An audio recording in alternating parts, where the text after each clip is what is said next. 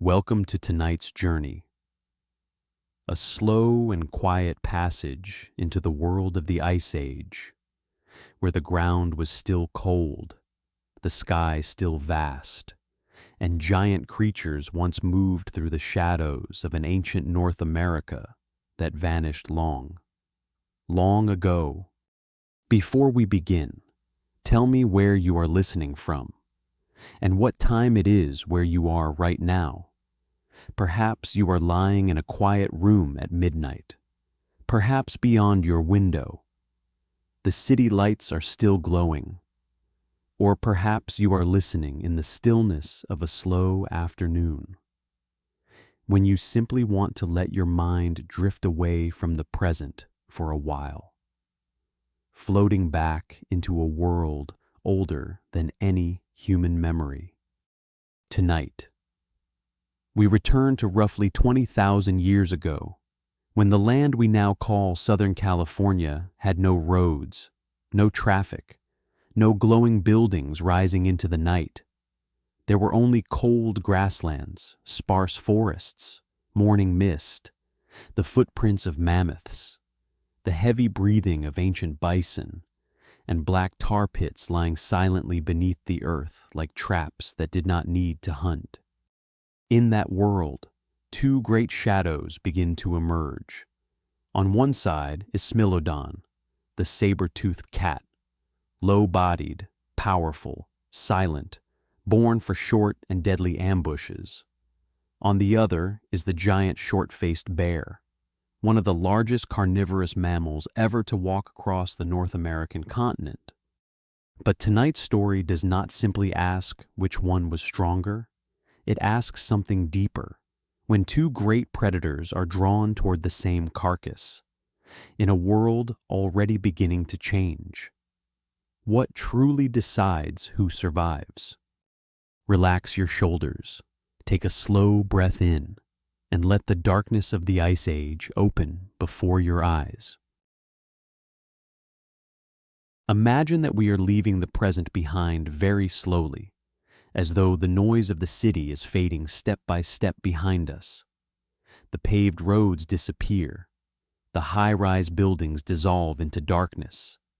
Electric lights, traffic, human voices, all of it softens until only a deep, vast silence remains, as if the earth itself has opened a door into an age more distant than any human memory. We are standing in the place we now call Southern California, but there is no Los Angeles, no boulevards, no glowing signs in the night. Before us lies only an ancient land, colder, wilder, and alive in a way the modern world can scarcely imagine in full. Around 20,000 years ago, Earth was passing through one of the coldest phases of the last ice age. Far to the north, enormous ice sheets covered much of the continent, so heavy that they could press the land downward beneath their own weight. But here, in this region where Pacific winds still moved inland from the coast, the world was not a white, frozen plain. It was a land of cold grasslands, shrubs, open woodlands, small streams, damp patches of mud, and valleys spreading beneath a wide sky. The air may have been colder than it is today, wetter in many seasons, and in the morning, mist could lie low over the grass like a thin cloth not yet dissolved by the sun. If you stood still there, you would hear a very different kind of sound, not engines, not machinery, but the wind passing through dry grass, tiny insects in the low brush, the distant beating of bird wings, and sometimes a deep, heavy sound rising from the plain. It might be the breath of a large animal, or the footsteps of a herd of ancient bison moving across open ground. The earth beneath your feet would not be flat like the floor of a modern room. In some places, it would be soft. In others, dry and cracked. Here, covered in dust. They're stained with mud, and elsewhere darkened by streaks of natural asphalt seeping upward from far below. In that world, everything seemed larger. The grasslands were not home only to deer or coyotes, as we might picture when imagining the wilds of North America. Great herds once passed through this land like slow-moving shadows from a vanished age. Columbian mammoths may have crossed the open country, their massive bodies moving like living mountains. Ancient camels, very different from the desert image we know today, may have wandered among shrubs and grasslands.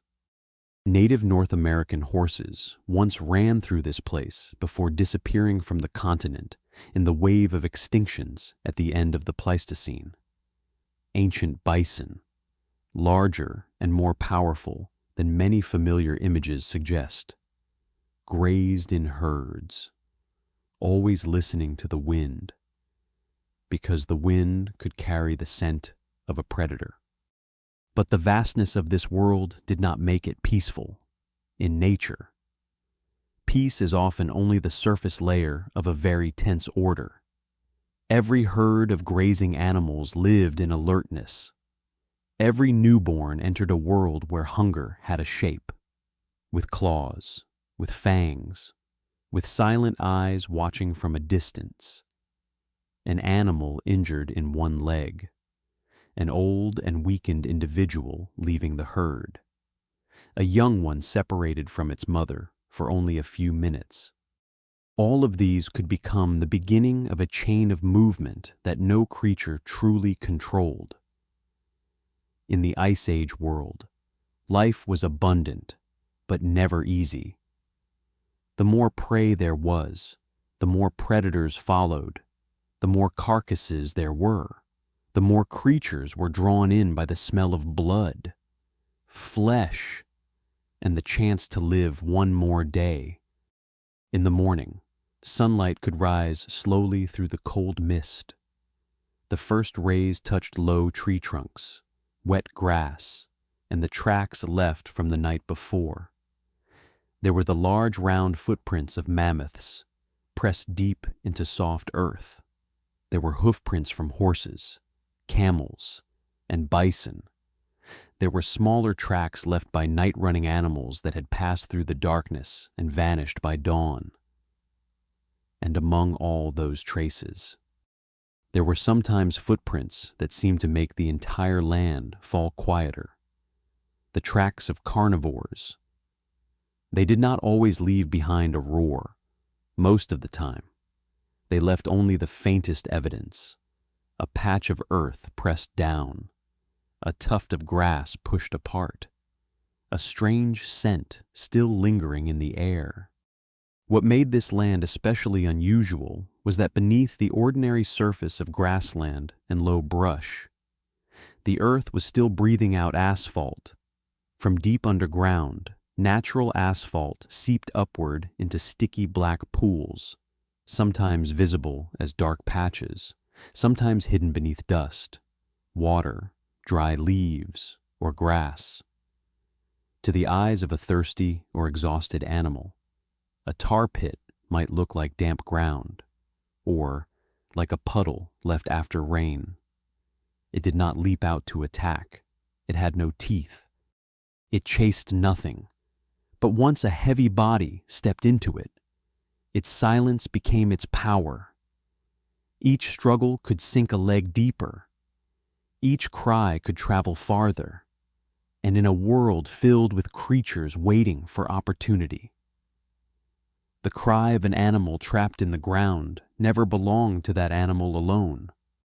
If we move slowly through this land in the late afternoon, when the light grows long and golden, we can feel another layer of tension. Herds of grazing animals begin to gather closer together. Birds perch lower in the branches. The wind carries the smell of soil, grass, animal fur, and sometimes the sharp, strangely sweet scent of natural asphalt somewhere An animal has been dead for several hours. Somewhere else, a wounded creature is falling behind its herd. Small things like that, in nature, can change an entire night. A carcass is not only food, it is the center of attention. A silent invitation sent to scavenging birds, wolves, big cats, bears, and all creatures that can read scent in the air better than any sign on the ground. We often imagine the Ice Age through images of snow and ice. But here, the story is far more subtle. This was a world of transition, of boundaries between cold and warmth, between open woodland and grassland, between dry places and wet ones, between abundant life and deaths quietly preserved beneath black tar. It was this mixture that made the land so rich. There were enough plants to feed great herds, enough water to bring life back again and again, enough open space for grazing animals to move, and enough cover for predators to wait. It was not paradise, but it was a perfect stage for wildlife on a massive scale, where every species held a role. Even if that role might end as a trace of bone deep beneath the earth. By day, the grassland might appear almost peaceful. Large animals bent their heads to feed, their jaws slowly grinding grass and low leaves. Birds flew over their backs, sometimes landing near muddy patches to search for insects. Young animals stayed close to their mothers, clumsy but growing more alert with every day they survived. For a moment, if we did not look closely, we might think this was a stable world, an order that had existed for a very long time and would continue forever. But the Ice Age was not a still painting. Climate shifted, seasons shifted, water sources shifted, herds moved, and even the largest creatures depended on small things, where the grass grew, when the rain fell, and how long the dry season lasted. Night did not fall suddenly over this land. It arrived slowly, beginning as a blue-gray color along the low slopes, then spreading down into the valleys, covering the backs of the herds, blurring the tracks in the dirt, and making the tar pits look like bottomless dark patches. The temperature dropped. Moisture condensed on the grass. The grazing animals moved less, but they did not sleep completely in the darkness.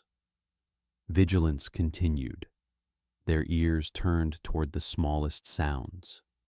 Their noses drew in each current of air. A dry branch breaking at a distance could make the whole herd lift its head.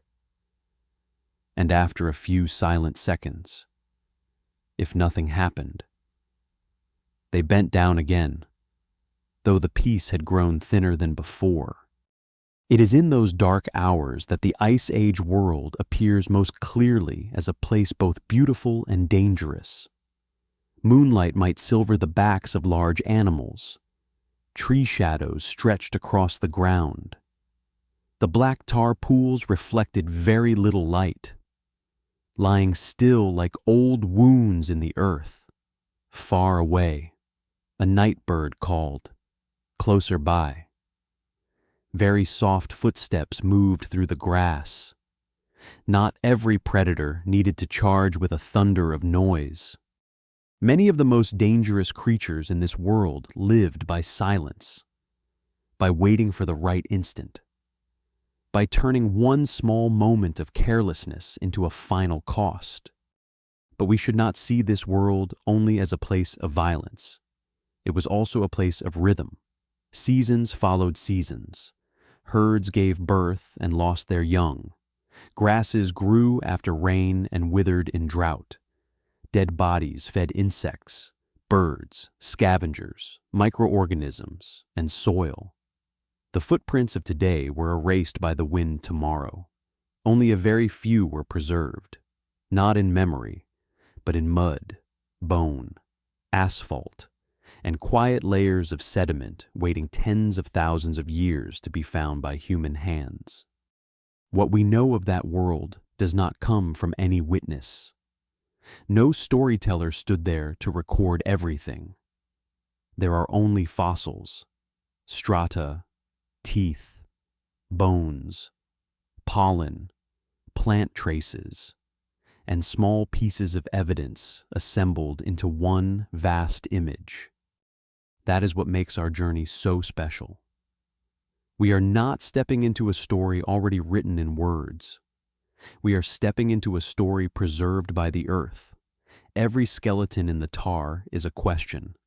Every tooth is a fragment of a life. Every worn mark on a bone. Every sign of disease.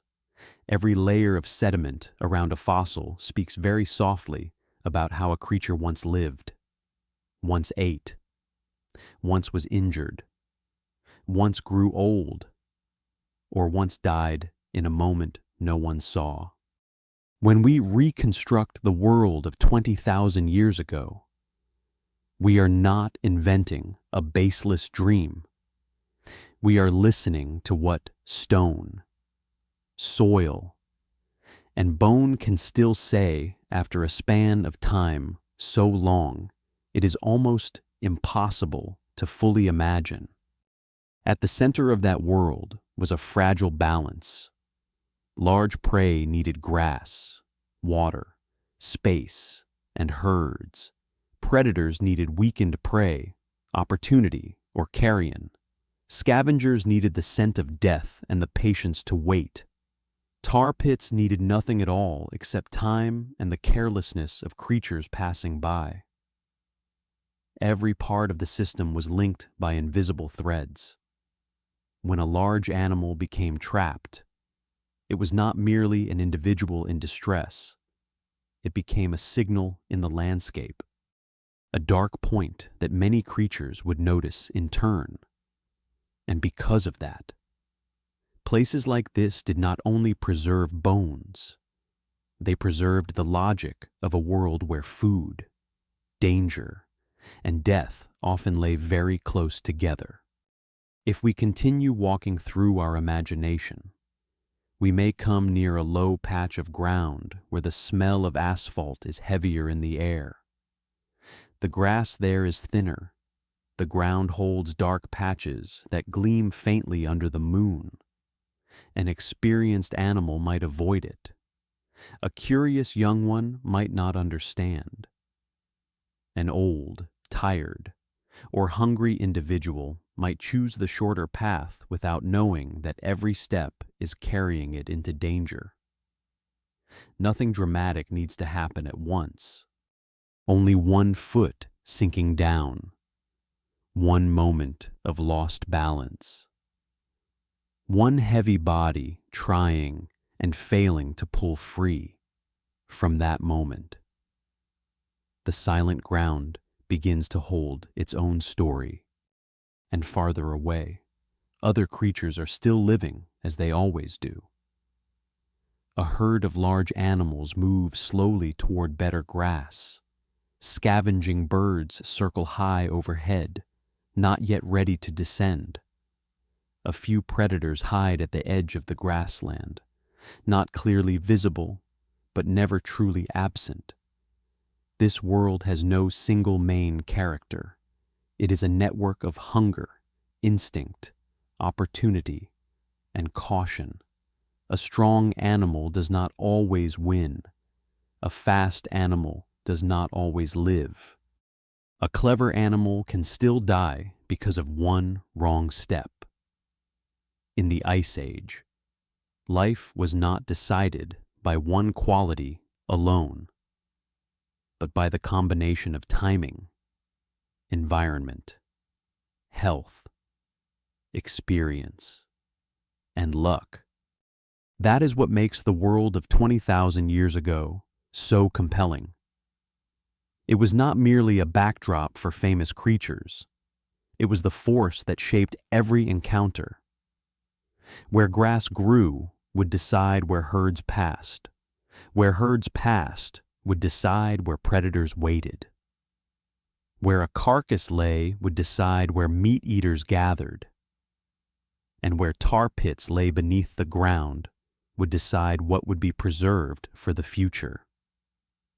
Before we can understand any creature in this story, we must understand the land that fed them, tested them, and finally kept their traces in darkness.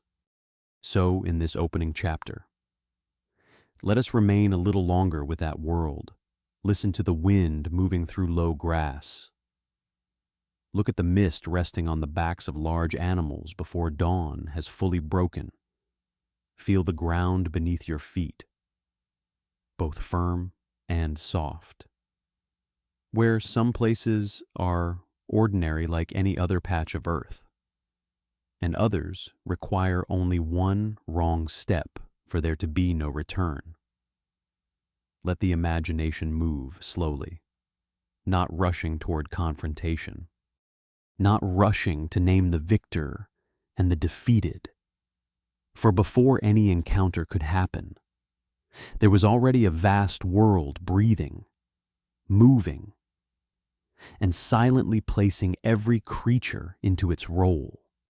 And when night falls over ancient Southern California, when the herds are reduced to dark shapes among the grass, when the tar pits lie silent under the stars, we begin to understand that the Ice Age was not a dead, frozen, empty place.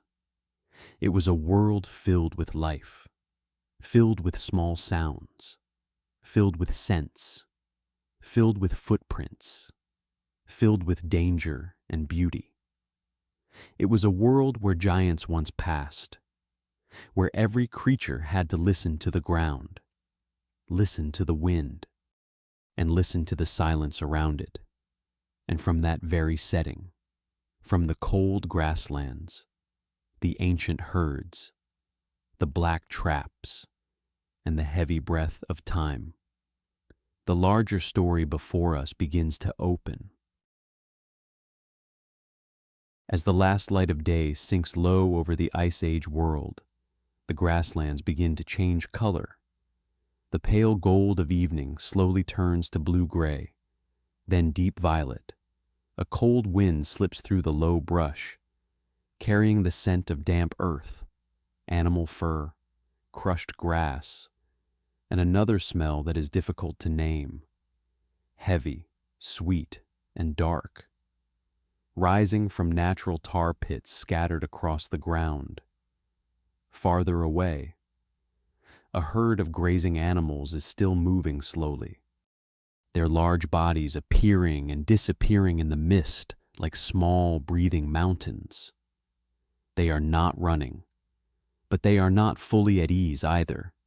Each ear still turns gently with the wind. Each nose still reads the air. Because in this world, danger often does not arrive with a loud roar. It arrives in silence. From the edge of a low cluster of trees, a shadow begins to separate itself from the darkness. It is not as tall as a giant bear, not as massive as a mammoth, and it does not thunder forward like a herd of hoofed animals. It is lower, sturdier, heavier than a modern big cat in a way that makes every step seem carefully placed. Its shoulders rise powerfully beneath thick muscle. Its two forelimbs look especially solid, as though they were born not only to run, but to grip, to hold, to drag a struggling body down close to the earth. Its head is low, its neck is strong, its tail is short, and when the last light touches that face, two long, curved canine teeth appear, glowing faintly in the evening shade, like two blades that time itself has sharpened into symbols. This is Smilodon, the most famous saber-toothed cat of the Ice Age. Many people are used to calling it the saber-toothed tiger, but that name is not truly accurate, Smilodon was not a tiger in the modern sense, and it does not belong to the story of Orange. Black-striped tigers in the forests of Asia today. It was an extinct saber-toothed cat, a separate branch in the long history of the cat family, carrying within its body a very distinct set of features. Brea Tar Pits also explains that the name saber-toothed tiger is a popular but inaccurate term, and that the more fitting name is saber-toothed cat. If we look only at those teeth, it is very easy to imagine Smilodon as a simple killing machine, born only to rush forward and drive its fangs into any prey before it. But nature is rarely as simple as the first image we see. Those saber teeth were both weapons and risks.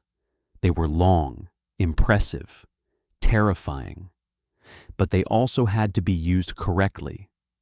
One wrong bite into thick bone, one hard impact while prey struggled, one moment of lost control.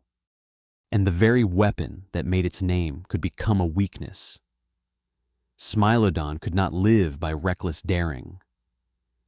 It had to be a predator that knew how to wait, how to choose, how to calculate by instinct. Because for a hunting animal, a serious injury was not only a moment of pain.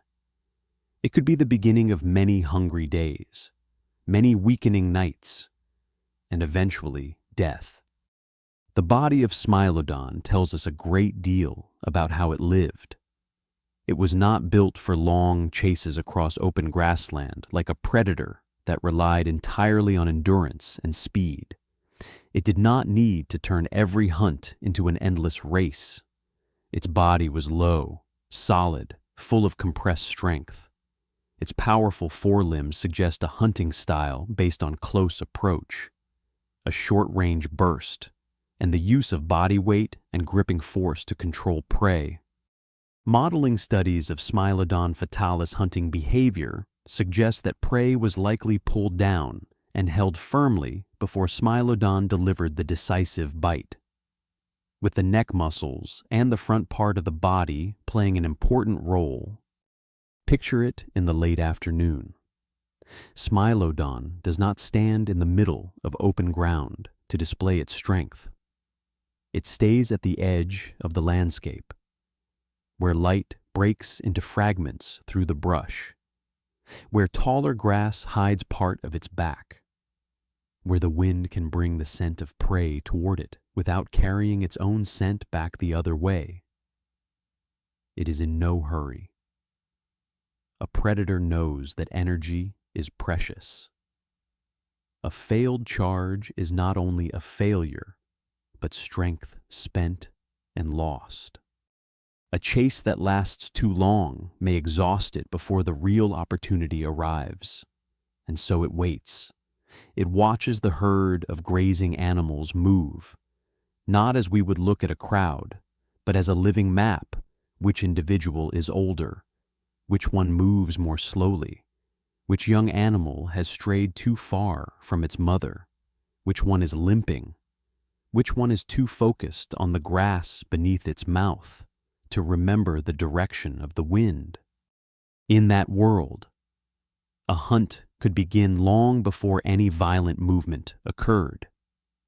It began with the position of the wind, with the way a herd passed along a familiar path, with the distance between the weaker individual and the rest of the herd, with the fading light that made it harder for prey to read the dark patches at the edge of the brush. Smilodon lived inside such details. It did not need to understand them through thought as humans do.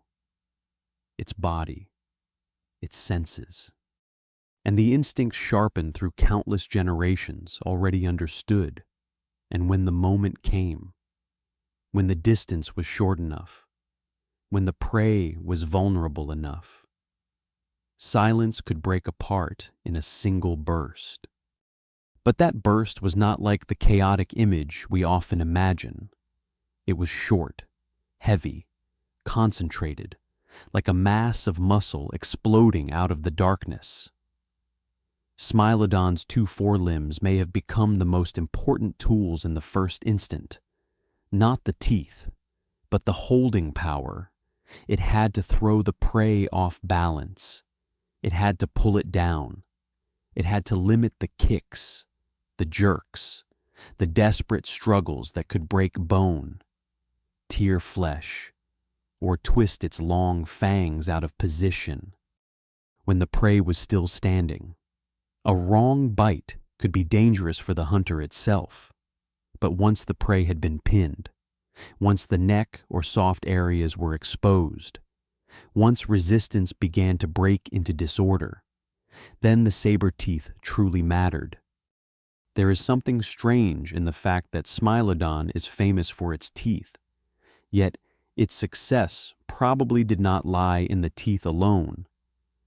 It lay in the whole body working around those teeth. The neck had to be strong enough to control the head. The shoulders had to be stable enough to hold position. The forelimbs had to be powerful enough to pin the prey. The jaw had to open wide enough to bring the fangs in at the right angle. The bite had to be quick, precise, and aimed at a place that could end the struggle without allowing it to drag on too long. Some analyses of bite force suggest that Smilodon had a weaker bite than modern big cats of similar size, further supporting the idea that it did not rely on a prolonged crushing bite, but on controlling the prey first and then delivering a specialized killing bite. This makes Smilodon terrifying in a more subtle way. It was not merely an animal with long teeth. It was a creature evolved around a very specific hunting strategy.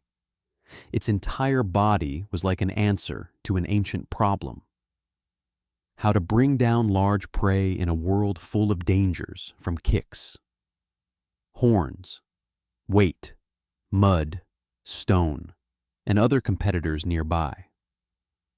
A modern big cat may hold onto the prey's neck for a long time, slowly tightening with jaw strength and endurance. Smilodon seems to have followed a different path, faster at the killing moment, but requiring more preparation and greater control of the body beforehand. It had to do it correctly. And in nature, correctly is never guaranteed. Brea tar pits helps us see Smilodon not as legend, but as a real creature. Thousands of bones, teeth, and fossil fragments from this region have given scientists a rare opportunity to study a large population, not merely one isolated individual. The Brea collection is famous for its carnivores, including Smilodon fatalis, dire wolves, and coyotes, along with more than 60 other mammal species recorded in this Pleistocene ecosystem. That matters because one individual can give us a shape, but many individuals across time can tell us about an entire way of life: age, injury, disease, tooth wear, broken teeth, competition, and environmental pressure. If we look closely at a Smilodon skull, we can see the cold beauty of a design that no longer exists: empty eye sockets, cheekbones, a widened jaw, spaces where muscles once attached, and two long fangs curving downward far beyond anything we are used to seeing in modern cats. That head no longer has the softness of fur, no breath, no eyes. Yet it still preserves the form of a creature that was once a silence at the edge of the grassland. In a museum, it stands still under the lights. But in the world of 20,000 years ago, that head once turned slowly toward the sound of a herd. It once lowered to smell fresh tracks. It once opened its jaw in the final moment of a hunt. And if we look at the bones of the forelimbs, we see another story. It is the story of close-range strength, of bodily impact, of short but dangerous struggles. A Smilodon could not eat unless it took risks, but it also could not live long if it took too many risks. Every hunt was a choice. Should it charge a larger animal that was already weak? Should it wait longer as the herd begins to move farther away? Should it retreat if the situation is unfavorable in the eyes of modern viewers? We often want the predator to always attack, always win, always become a symbol of absolute power. But in the wild, a good predator is not the one that fights most often. It is the one that knows when not to fight. Perhaps one night, Smilodon passed near a tar pit covered by dust. It did not understand geology. It did not understand deep time. It did not know that those silent black pools would preserve the bones of its kind for another species to discover tens of thousands of years later. It knew only scent, the scent of grazing animals, the scent of old carcasses, the scent of scavenging birds, the scent of other predators that had passed there before in this world. Scent was memory written on the air. A trace that did not need to be seen could still lead the way. Smilodon lowered its head, paused, then moved on, its low body sliding through the shadowed grass like a piece of night in motion. Though frightening, Smilodon was not a monster separated from the world. It grew hungry too. It grew tired too. It could be wounded. It could grow old. It could lose teeth. It could fail in the hunt. It could be forced away from a carcass when the situation turned against it. Fossils do not speak only of strength. They also speak of injury. In an ecosystem crowded with predators, food was never entirely certain.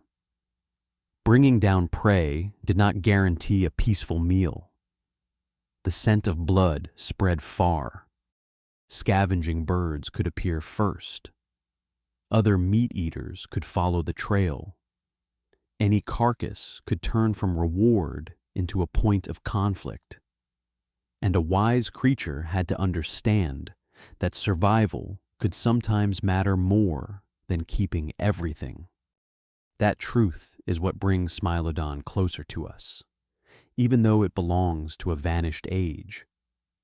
It was not merely an illustration in a book, not only a skeleton behind glass, not just a name attached to two long teeth.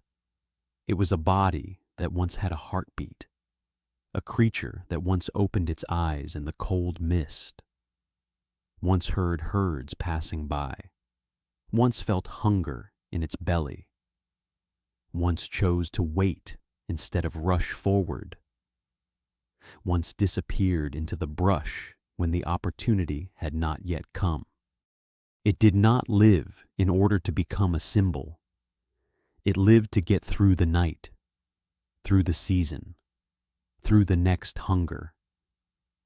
And because it once lived in such an ordinary, bodily way, its presence in the Ice Age story becomes even stronger.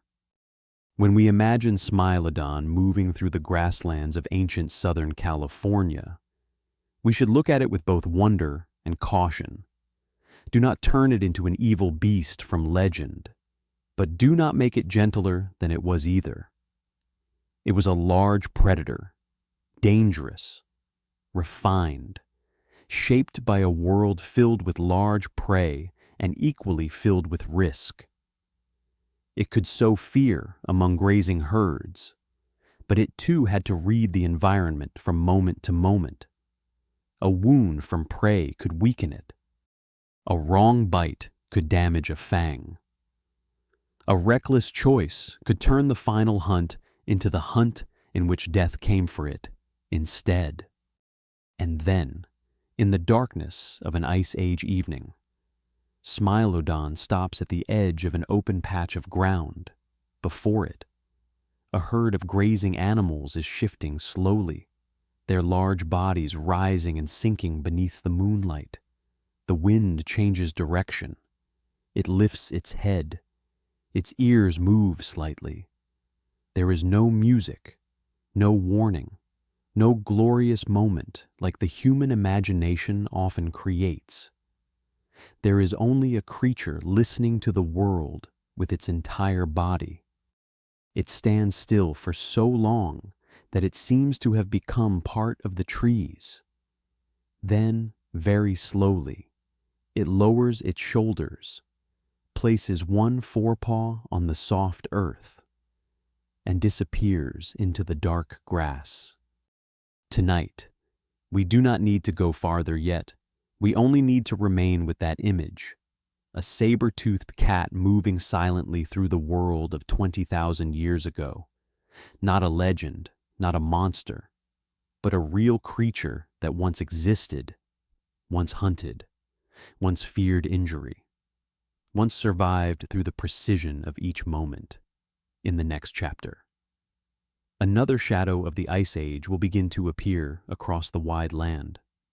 But here, in this part of the story, Smilodon remains at the center of the night, low, powerful, silent, with its saber teeth glowing faintly beneath the moon, like the sign of a wild world that has vanished, yet has never completely left our imagination. In the vast darkness of the Ice Age, there were creatures that did not need to appear directly before your eyes to change the feeling of an entire landscape. They only needed to leave a deep footprint in the mud, a claw mark sliding across soft earth, a heavy scent in the wind, and every other living thing would understand that something enormous had just passed through. In ancient North America, among cold grasslands, open woodlands, shallow streams, and valleys stretching beneath the Pleistocene sky, one such shadow once existed. It was not silent like Smilodon. It did not need to ambush from the dark grass. It was a colossal mass of strength moving across the landscape with long, high, heavy steps, slow, but filled with power. It was the giant, short-faced bear, Arctodus simus, one of the largest carnivorous mammals ever to live on the North American continent. Even its name carries a strange feeling, short-faced bear, not because its face was small or gentle, but because its snout was shorter than that of many modern bears, giving its skull a deep, powerful, and unusual appearance. If you were standing in an Ice Age grassland and saw it from a distance, the first thing you noticed might not have been its teeth or claws. The first thing would have been its height, a massive body rising above the grass, taller than most other predators in the landscape. When it stood upright, that shadow could make the whole world around it seem lower. But let us move more slowly. Do not rush to turn it into a monster. Do not imagine it roaring, charging at every living creature, tearing apart everything in its path. Nature rarely creates creatures that simple. The short-faced bear was not a character in a legend that knew only how to kill. It was a real body, living in a real environment, bound by real limits of hunger, cold, injury, distance, and opportunity. Its strength was immense. But that strength did not exist in emptiness. It had to eat. It had to move. It had to choose when to approach a carcass, when to avoid a conflict, when to search for other food, and when to use its very presence to force others to step back. Picture a gray morning on that ancient land. Mist still hangs low over the brush. Small birds move quietly through the low branches, while in the distance, a herd of hoofed animals travels toward a wetter patch of grass. The ground still holds the tracks of the previous night. A few small prints left by wolves, a drag mark from some injured animal. Hoof prints tangled near a patch of mud. And then, among all of them, there is one track larger, deeper, left by a creature so heavy that the earth had to remember it. That mark does not need to tell the whole story. Its presence alone says that a giant has passed through this place. The short-faced bear had a different shape from many of the bears we know today. When we imagine modern bears, we often picture a heavy body, high shoulders, a sloping back, and a swaying walk. Arctidus was also a bear. But as imagined from its fossils, it carried a longer-legged, taller appearance, as though it was built to cover wide distances across open landscapes. Those legs do not necessarily make it a high-speed chaser like a cheetah. That would be too simple an interpretation. But they suggest an animal capable of traveling far, moving through valleys, grasslands, woodland edges, and shallow riverbeds, following the scent of carcasses or scattered food sources in a world where a large meal was not always waiting directly ahead. In nature, distance is a kind of trial. A large animal needs a great deal of energy, and to gain that energy, it must know how to find food. A large carcass may lie far away. A weakened herd may move out of familiar territory. A dry season may drive many species toward the few remaining water sources. With such a massive body, the short-faced bear could not live forever on tiny opportunities. It needed to move, to smell, to appear at the right moment. Perhaps its most frightening power did not lie only in a blow from its paw or the strength of its jaws, but in its ability to cross an entire landscape, read very faint signals of life and death, and arrive where other creatures had already begun to compete. If Smilodon was the low darkness at the edge of the grass, then the short-faced bear was a taller, clearer, heavier presence. Smilodon had to hide itself before attacking. The short-faced bear may not have needed to hide in the same way. A large body can sometimes be a weapon in itself. When it approached a carcass, not every creature would want to remain. Wolves might gather in numbers, but each individual still understood danger. A big cat might have sharp fangs, but it too understood that a serious injury in a fight over a carcass could end an entire hunting season. In that world, some battles did not need to happen because the outcome had already been weighed in silence. A large head lifting, one step coming closer, one heavy breath in the wind, could be enough to make weaker rivals gradually withdraw from the meal. And yet, the most fascinating thing about the short-faced bear is the uncertainty surrounding it for a long time. It was easy to imagine it as a super carnivore, a dominant predator, a specialist scavenger that drove off all other species and lived almost entirely on meat. That image is powerful, easy to tell, and perfectly suited to the imagination of the Ice Age. But science often makes a story deeper, not poorer. Studies of teeth, jaws, body form, and dietary evidence suggests that the short-faced bear may not have been simply an absolute meat-eating machine. It may have been more flexible, changing with region, season, and available food. In some places, it may have eaten more meat. In others, it may have made use of plants, carcasses, small animals, or any source of energy sufficient to feed an enormous body. This does not make it less frightening. On the contrary, it makes it more real. A large opportunistic omnivore like that could be dangerous in many different ways. It did not have to hunt every day to be a threat. It could go where a carcass lay and force others to give up their share. It could dig, search, break, test, and eat whatever the season left behind.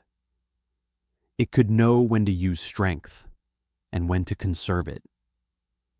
A great survivor in the Ice Age needed more than fangs and claws. It needed flexibility. And perhaps it was that flexibility that allowed the short-faced bear to exist across a vast range of North America for a long time before the world, at the end of the Pleistocene, changed too deeply. Imagine it walking in the afternoon. Cold grass brushes against its legs.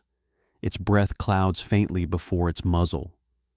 Each step is slow but long, leaving a heavy rhythm on the ground. It is not in a hurry, because a body like that has no need to hurry unless there is a reason. Its head lowers, smelling old traces.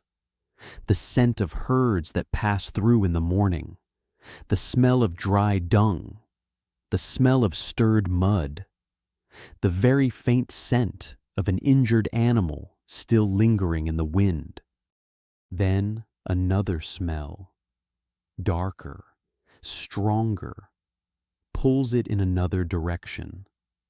The smell of flesh, no longer completely fresh, but not yet old.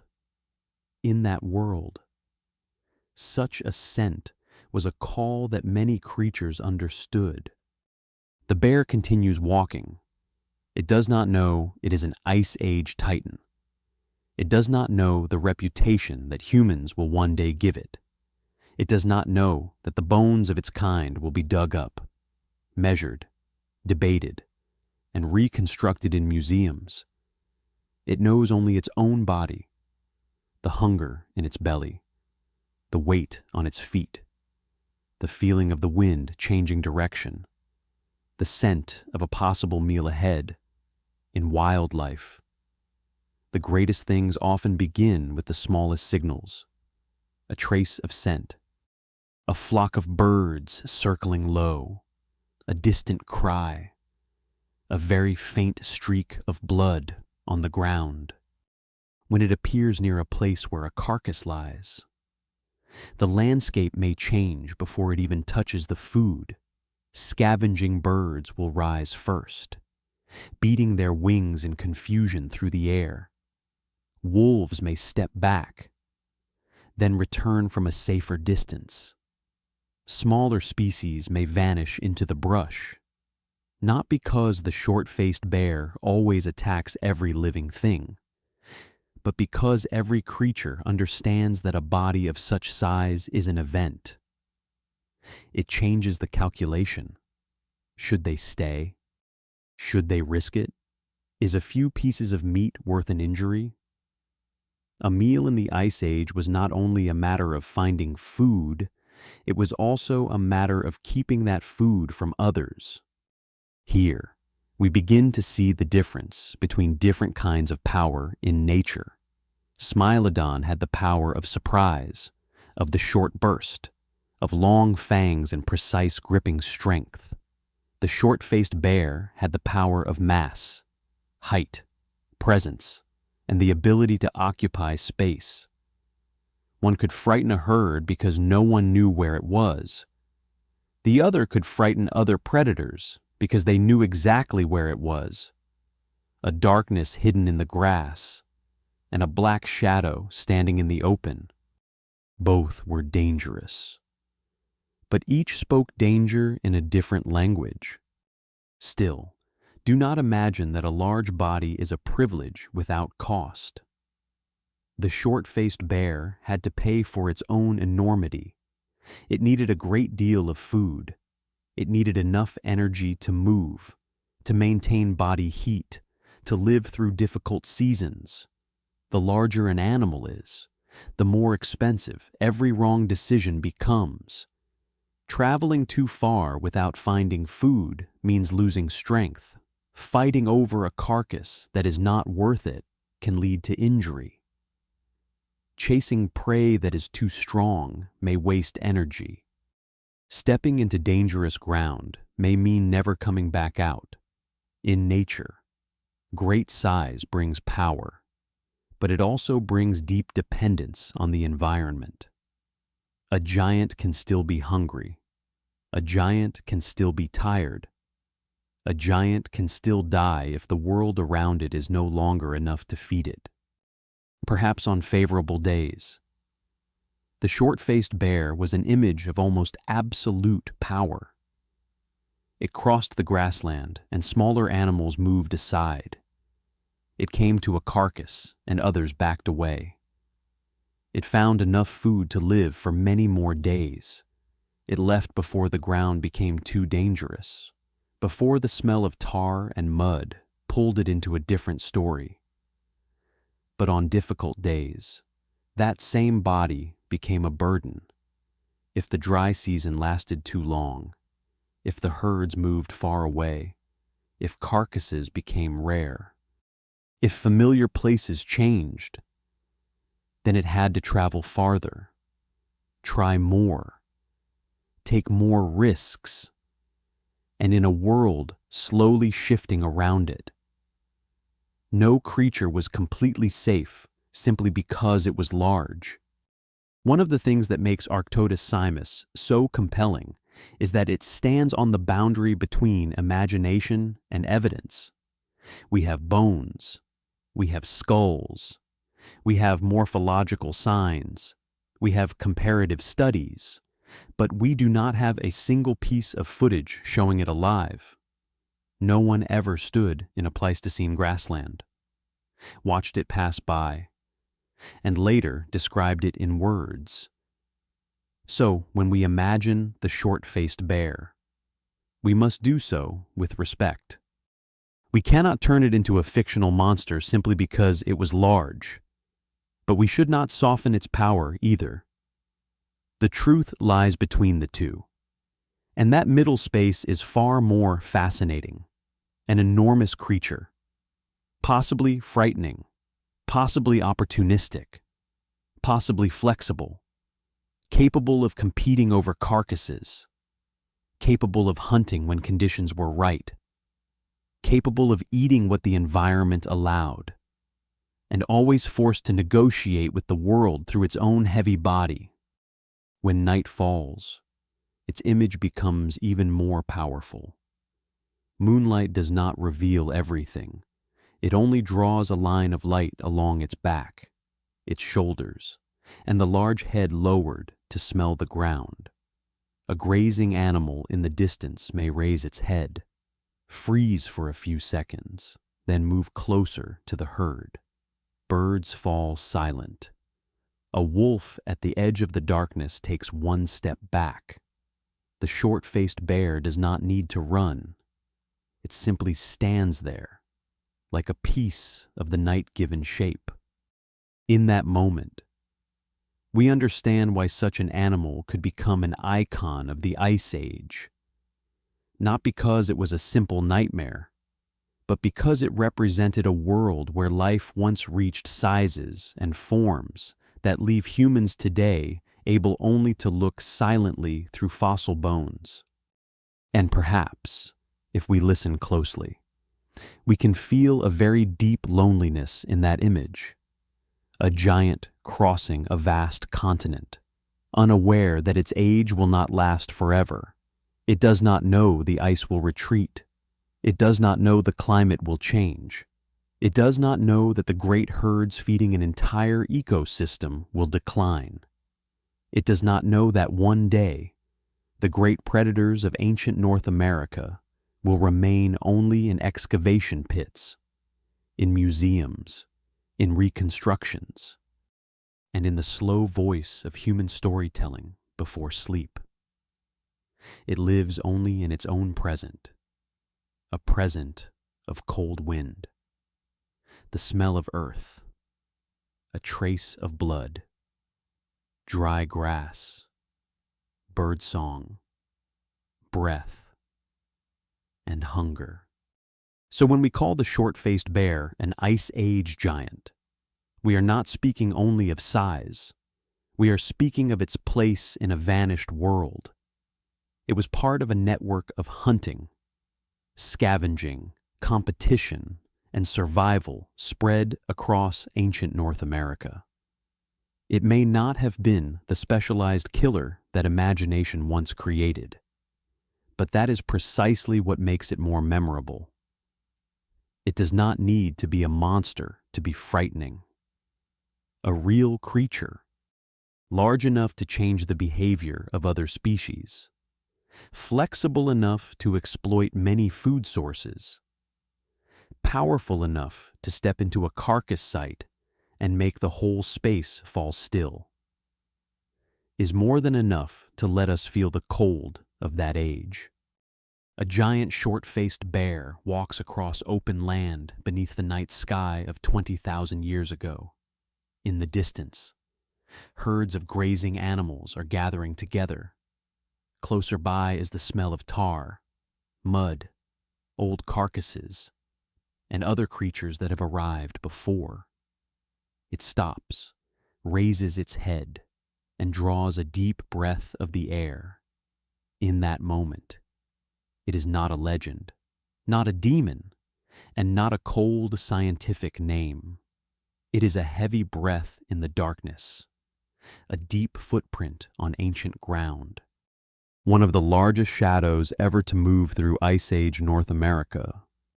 And as it continues forward, the world around it moves as well. Birds rise into the air. Smaller creatures step back. The wind changes direction. Low grass trembles softly. Somewhere in the night, a carcass site may be waiting, where the scent of blood, tar, and hunger meet. But that encounter still lies ahead. For now, in the vast darkness of this chapter, we simply walk quietly beside the short-faced bear, watching its giant shadow drift across the ancient grassland, and understanding that the Ice Age was not created only by ice, predators, and battles. It was also created by enormous creatures that knew how to live, how to hunger, how to wait, and how to choose a path through a world that both nourished and tested them, and in the end would swallow everything into time. There are places in nature that belong to no single species, yet every species is drawn toward them. A dry riverbank at the end of the dry season, a valley where herds often pass through, a low patch of ground where the scent of blood has just spread through the wind, and in the Ice Age world of ancient Southern California, there was a place even more dangerous than that. A place where life and death touched each other very gently, and then held on for a very long time. It was the kill site, the feeding ground where a large animal had fallen, where the smell of flesh opened like a summons in the air, where every hungry creature began listening in its own way. Imagine the afternoon fading over the cold grassland. The light is no longer bright gold, but has shifted into a soft, low, grayish bronze, touching dry bushes, muddy streaks, and patches of trampled grass. A herd of ancient bison passed through this place only a few hours earlier. They left deep hoof prints in the soft earth, a few tufts of hair caught on low branches, and the heavy scent of large bodies still mixed into the wind. But at the edge of the herd, a younger or weaker individual had slowed down. Perhaps it had injured a leg. Perhaps it was too exhausted after many days of moving. Perhaps it had stepped by mistake into a patch of ground that seemed like nothing more than wet mud. but beneath it lay black asphalt, sticky, cold, and patient. There is no explosion, no violent moment at the beginning, only one foot sinking deeper than it should, a startled movement, a heavy body trying to pull free. Then the other leg slips into the soft ground. The animal struggles, and with every struggle, the earth holds it more tightly. It breathes hard. It cries out, a low, torn sound that carries across the grassland after its herd has already moved away. That cry is not only a sound of fear. In the wild world, it is a signal. It says that a large body is growing weak. There is meat. There is blood. There is opportunity. And from that moment on, the entire landscape begins to change. The first to arrive are usually not the large predators. The first is the sky. Scavenging birds notice the disturbance from far away. One lower circle, then another. Black wings cut across the evening light. They do not need to understand the whole story. They only need to know that something below is dying. One bird lands on a low branch, tilting its head as it watches. Another lands farther away, keeping a safe distance.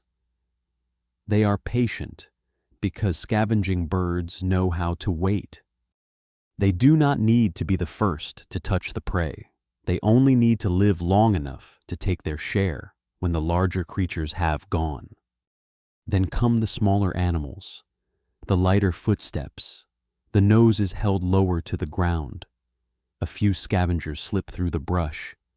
They approach, then stop, approach again, then withdraw, always measuring the distance between opportunity and danger. A large carcass is never a private meal. It is like a fire in the night, calling more and more shadows toward it. And the more creatures gather there, the more unstable the place becomes. Not all of them want to fight. Most simply want to eat and live.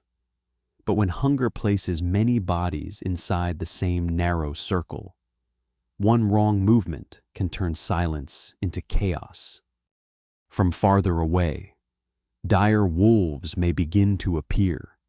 They do not come as a single shadow, but as darkness spreading outward, one at the edge of the grass, then another flickering behind it, then several more pairs of eyes reflecting the evening light from the dark spaces between the bushes.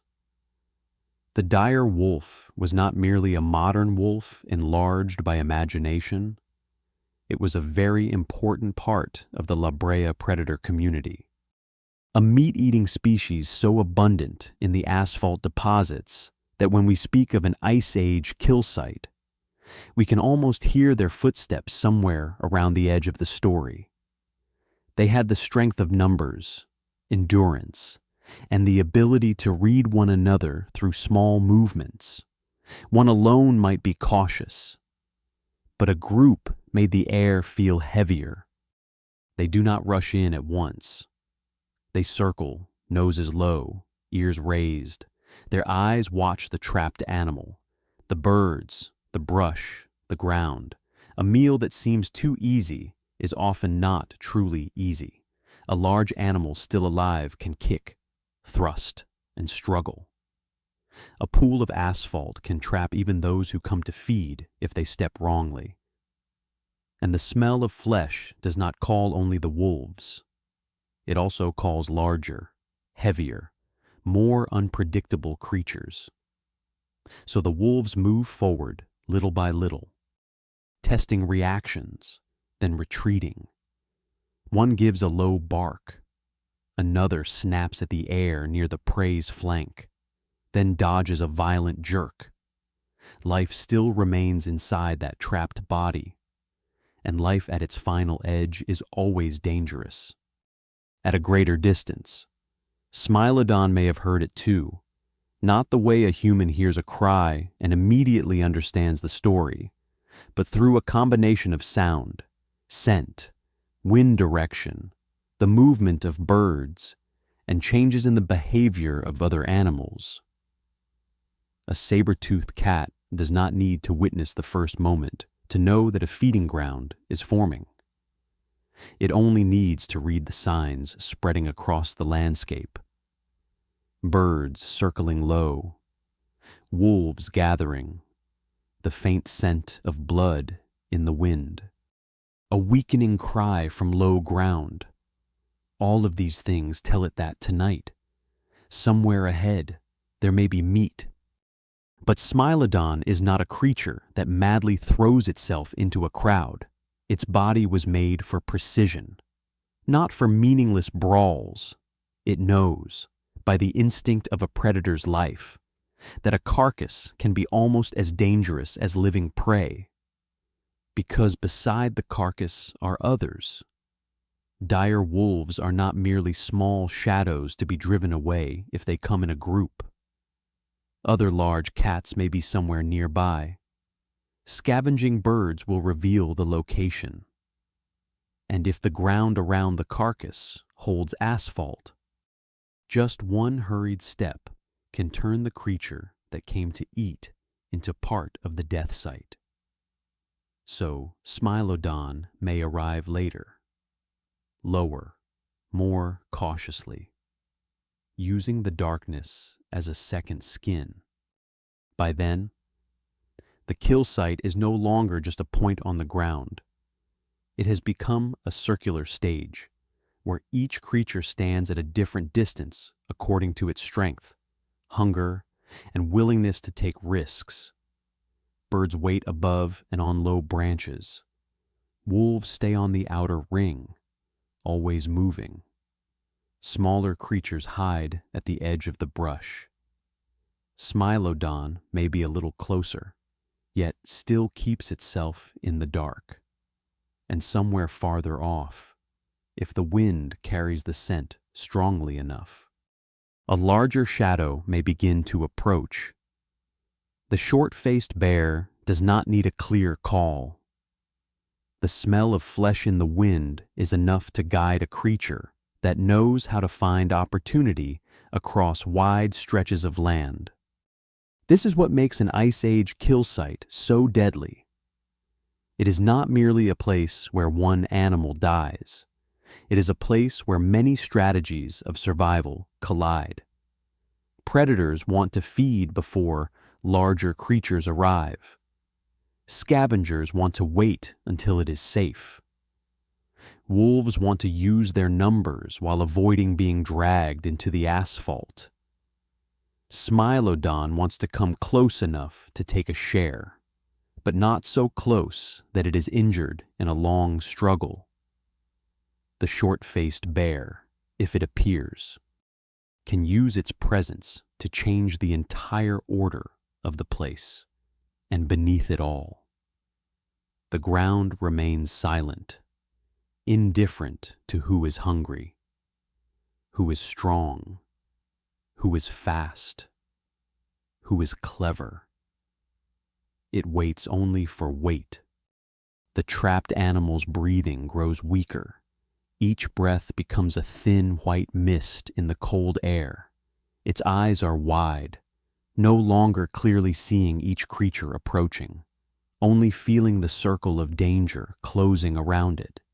Its earlier struggles have torn up the grass nearby. Mud, black tar, and dust cling to its fur.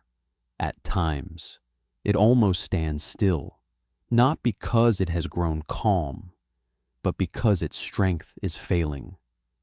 The creatures around it understand this. They sense the change in a living body as it passes from resistance into exhaustion.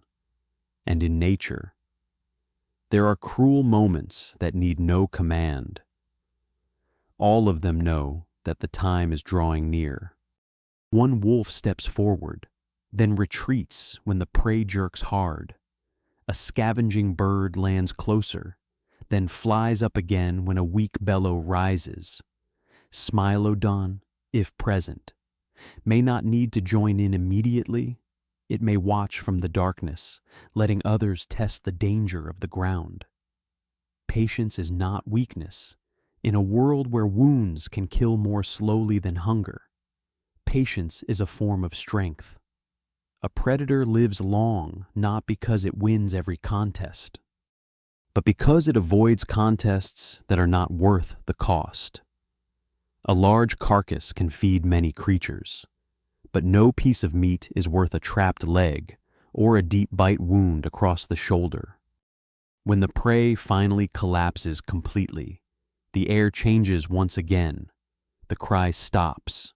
Only the breathing of the living remains, the beating of wings, the sound of feet circling on earth, and the wet stirring of mud in safer places. But death does not make the place peaceful. On the contrary, it opens the door to competition. The birds grow bolder. Wolves move closer, biting quickly and retreating, fighting over the most accessible pieces.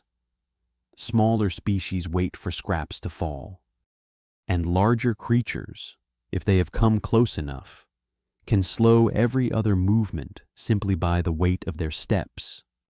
Imagine the short-faced bear appearing from the edge of the darkness. No great roar is needed, no sudden charge, only a tall, heavy body entering the scent of blood with long strides. The birds rise first. A few wolves step back, but they do not leave completely. They know a giant can claim a carcass, but they also know every meal leaves something behind for the patient. Smilodon, if it is nearby, may stand still in the dark grass, watching the calculation change. This is not the moment of a certain battle. This is the moment of choice. Stay or withdraw. Try to approach or wait. Hold on to the meal, or keep the body intact for the nights to come. The kill site becomes a very clear map of power. The short-faced bear can move into the center if the ground allows it. Wolves hold the outer ring, always moving, always searching for openings. Scavenging birds take what they can from small spaces. Smilodon keeps to the harder-to-see places, unwilling to be trapped between numbers and a massive body. Each species has its own language. The bear speaks through mass and footsteps. The wolves speak through numbers and endurance. The birds speak through patience. Smilodon speaks through silence and the ability to choose the right instant. And the ground speaks in a language slower than all of them, sticking, sinking, preserving. In another landscape, a kill site might simply be a place of feeding and dispersal, but at Brea, danger does not end when the prey dies. Asphalt may lie nearby, beneath a thin layer of water, beneath dust, beneath leaves, beneath a surface that seems firm enough. A wolf that moves too quickly may step into a soft edge. A bird that lands in the wrong place may find its feet caught. A large animal trying to pull a piece of meat from an unsafe position may slip one step farther.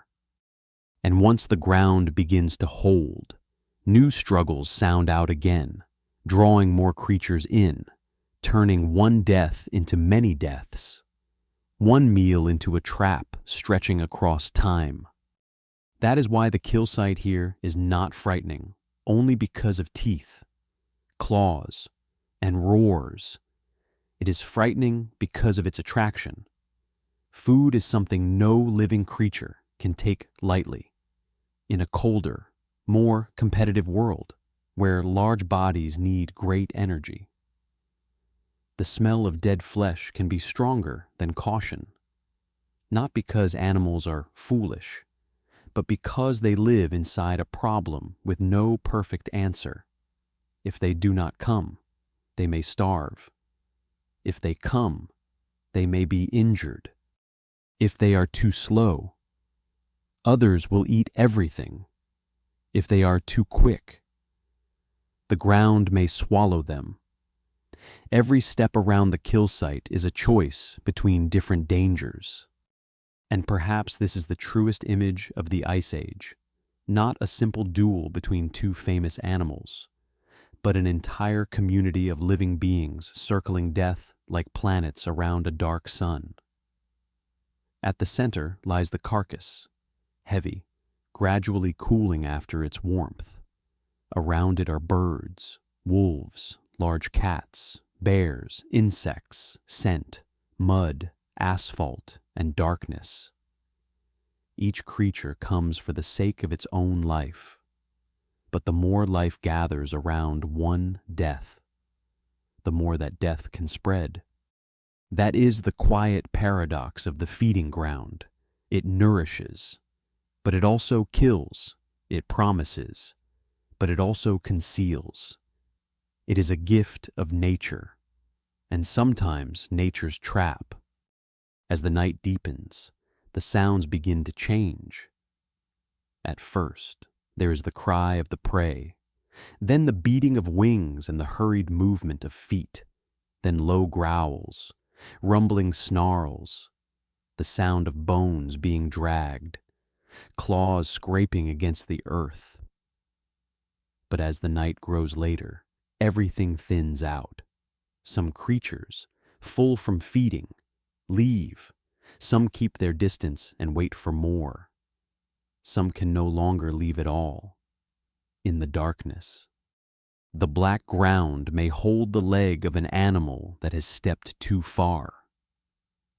Its struggle begins the cycle again, weaker, more desperate. And that very sound may become the next invitation for those who do not yet know what is waiting. If we stand at a safe distance and watch this scene through imagination, we will see a world that is not as chaotic as it first appears. It has its own order. That order is not gentle, but it is deeply logical. Those who fly arrive first because they can see from above. Those who smell arrive later because they can read the wind. The small wait for openings. The large test their strength. The cautious keep to the shadows. The hungry accept risk. And the ground, which is not alive in the way an animal is alive, becomes the most powerful character of all. It needs no claws. It needs no eyes. It needs no teeth.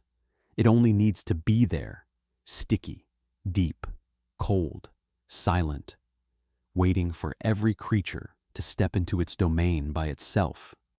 Near dawn, the kill site may grow quieter. Mist settles again, softening the traces of the night's violence. Birds hunch on branches, waiting for light. Wolves retreat farther into the grass. A large shadow disappears toward open land. Smilodon, if it has stood at the edge of the darkness for many hours, may also leave in low steps, carrying the scent of blood on its whiskers and the fatigue of a tense night. The carcass is no longer whole. The ground around it has been trampled. A few footprints stop abruptly at the black edge.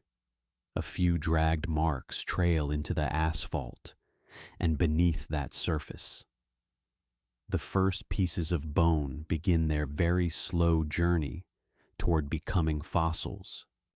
That is what makes this deadly feeding ground important to our story. It does not only connect the predators to one another, it shows us why they could meet. Smilodon does not need to actively seek out the short-faced bear. The short-faced bear does not need to hunt Smilodon. The wolves do not need to want a confrontation with any larger species. All of them only need to be pulled toward the same source of food, the same carcass, the same dangerous patch of ground in nature. Great encounters often do not begin with hatred. They begin with hunger, with the smell of blood, with a body that has fallen, with an opportunity that too many creatures see at once. And when we understand that, the story becomes deeper. The kill site is no longer background scenery. It is the crossing point of every road of survival. It is where Smilodon's patience, the presence of the short-faced bear, the numbers of dire wolves, the wings of scavenging birds, and the silence of asphalt all come together. There, strength does not always decide everything. Sometimes position matters more. Sometimes timing matters more. Sometimes knowing when to step back is more valuable than knowing how to charge forward. And sometimes, the one who seems to have come to eat becomes the next part of the meal, or the next part of the fossil layer that a future world will one day uncover in astonishment. So before the greatest confrontation of this story can appear, we need to remain a little longer with the kill site. Let the smell of blood, mud, tar, and the cold air of the Ice Age night surround your imagination. Look at the different eyes glowing from different distances. Listen to wings beating, wolves circling, grass trembling beneath the low body of a saber-toothed cat. And farther away, the heavy footsteps of a giant drawing closer. None of them came here to create a legend.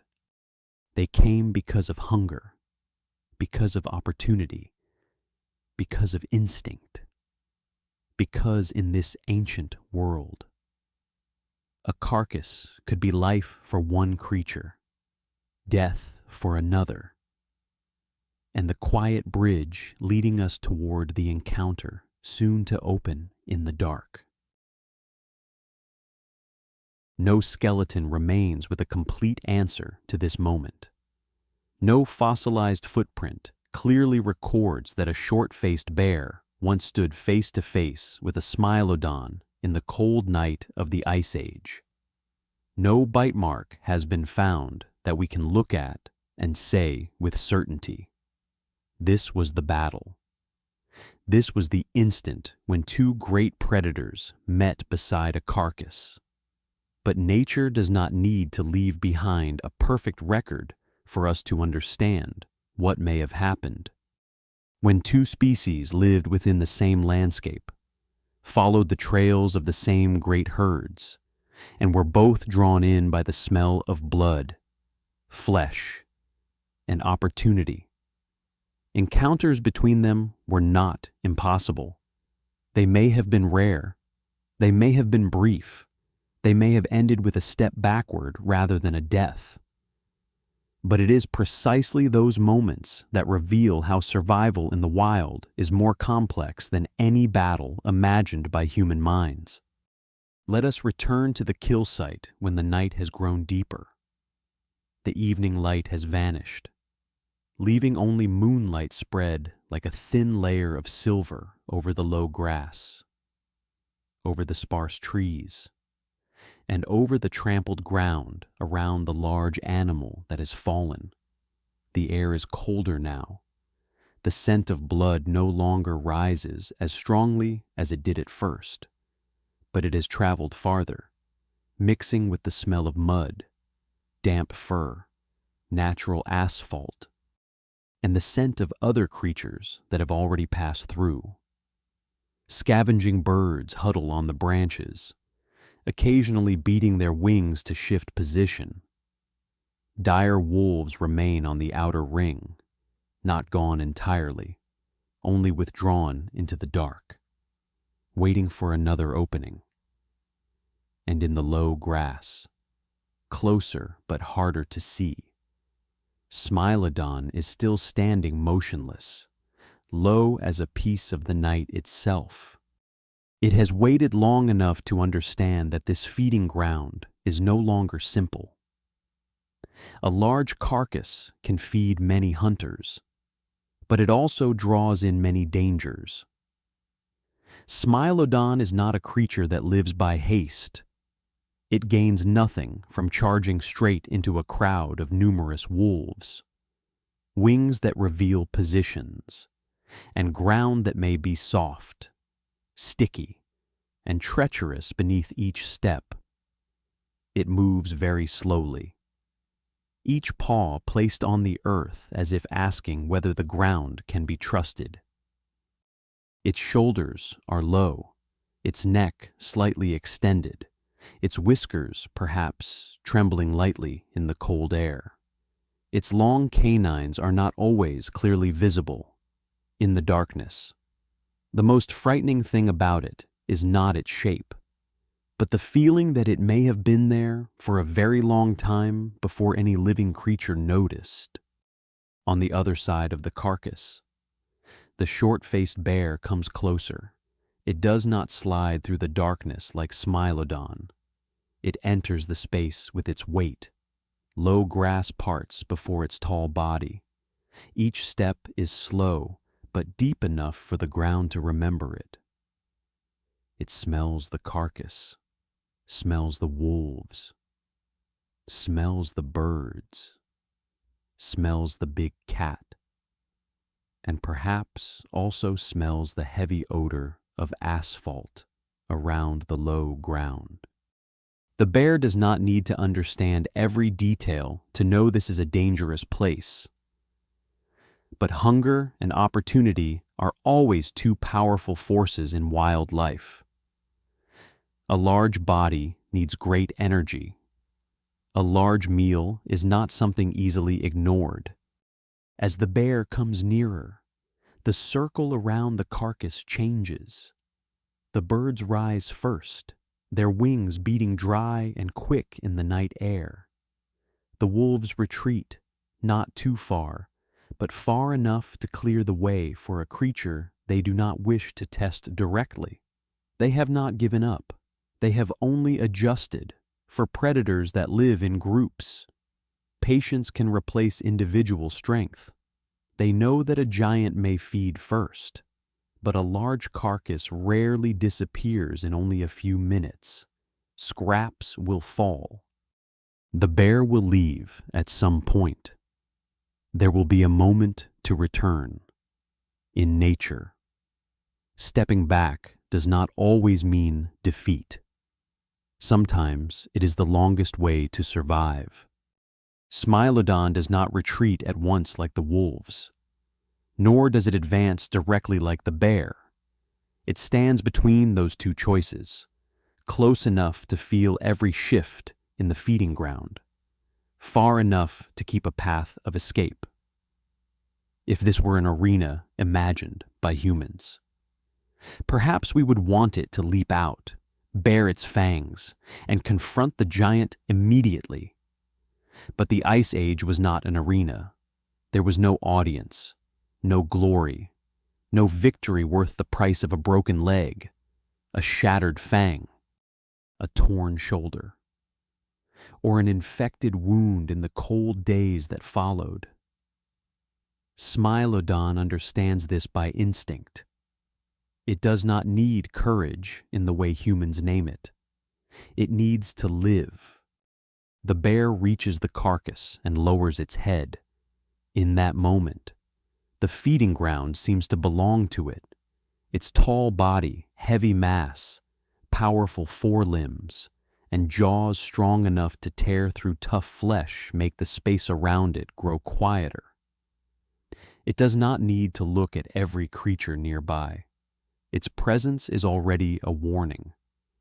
But when it bends down, when its neck and shoulders move, when its attention fixes on the carcass, Smilodon also sees what every predator is always seeking: a moment of imbalance, not a certain invitation, only a very small crack in the order of things. Smilodon takes one more step, then another. The grass trembles faintly around its chest.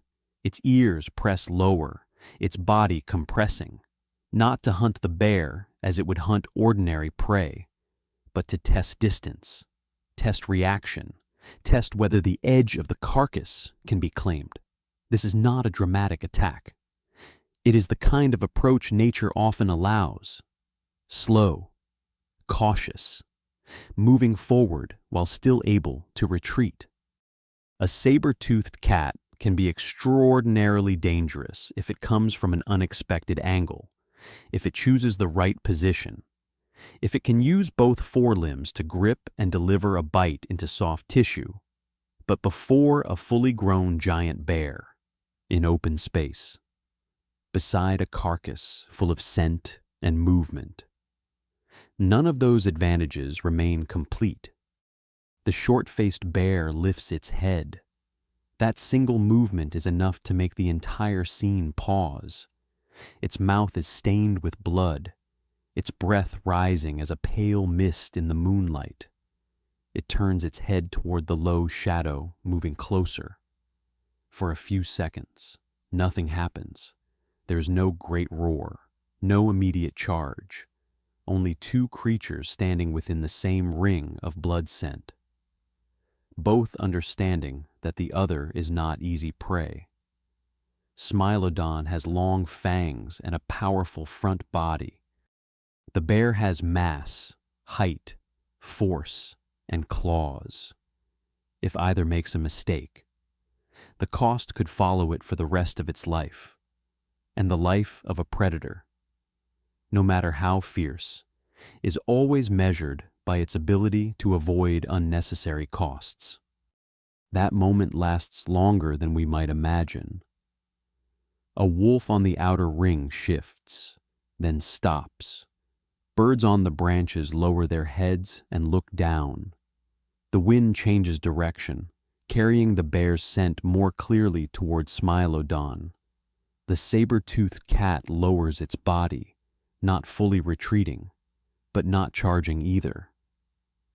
It opens its mouth slightly, as if drawing more scent into its sensory organ.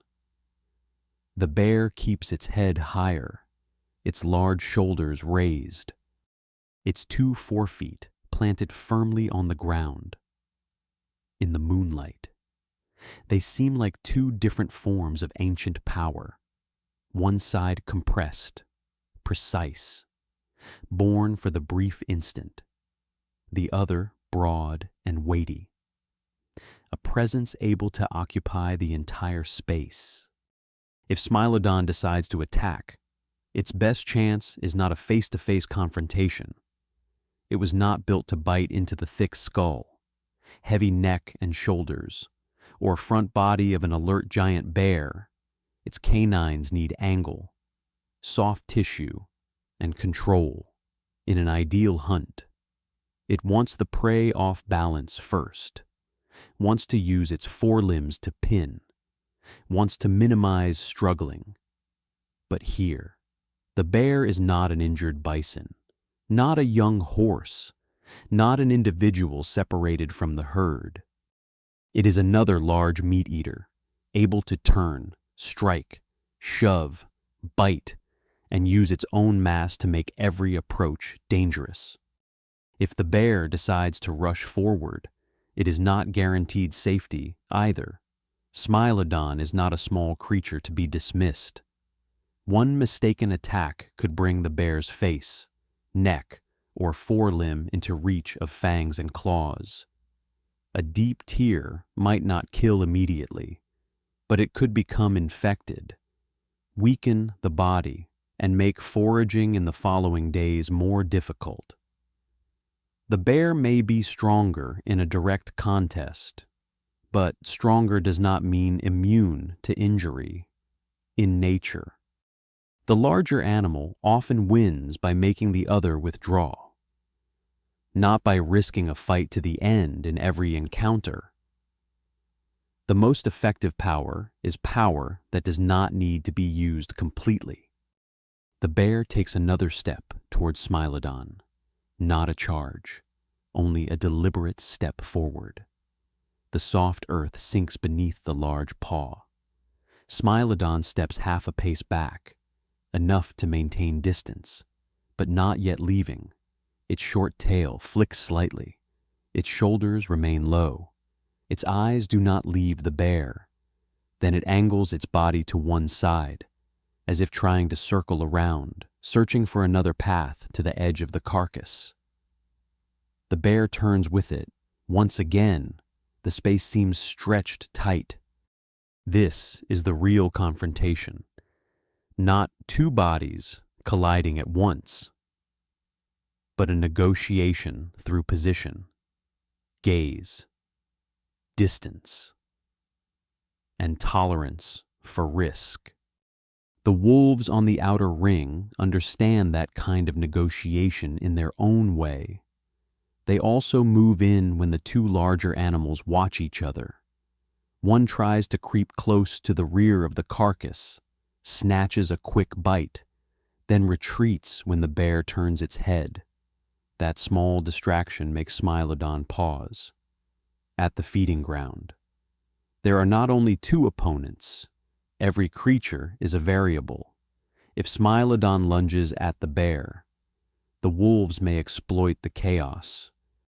If the bear drives Smilodon too far away, the wolves may pull at the meat. If both focus too intensely on one another, the soft ground near the asphalt may become a third enemy, more dangerous than either of them. The kill site does not allow a clean duel. It makes everything messier, more real, and more frightening. The bear gives a low growl. The sound does not roll like a thunder in a film, but it is deep, heavy, almost something that touches the chest. It is more a warning than a declaration of war. Smilodon answers with a short, low rumble held in its throat. Neither wants to turn warning into injury unless it must. They are measuring one another, measuring distance, measuring resolve, measuring hunger, measuring which one is likely to step back first. In nature, many fights end before they begin because both sides recognize the cost is too high. But sometimes, one wrong step, one advance too close, one piece of meat too valuable is enough to break the balance. Smilodon makes a testing rush, not a full-force lunge to kill, but a short burst aimed at the edge, meant both to threaten and to test the response. Its low body shoots out of the grass, heavy shoulders driving forward. The bear turns at once, one forelimb sweeping through the air. The strike may not land, but its force is enough to make Smilodon veer away.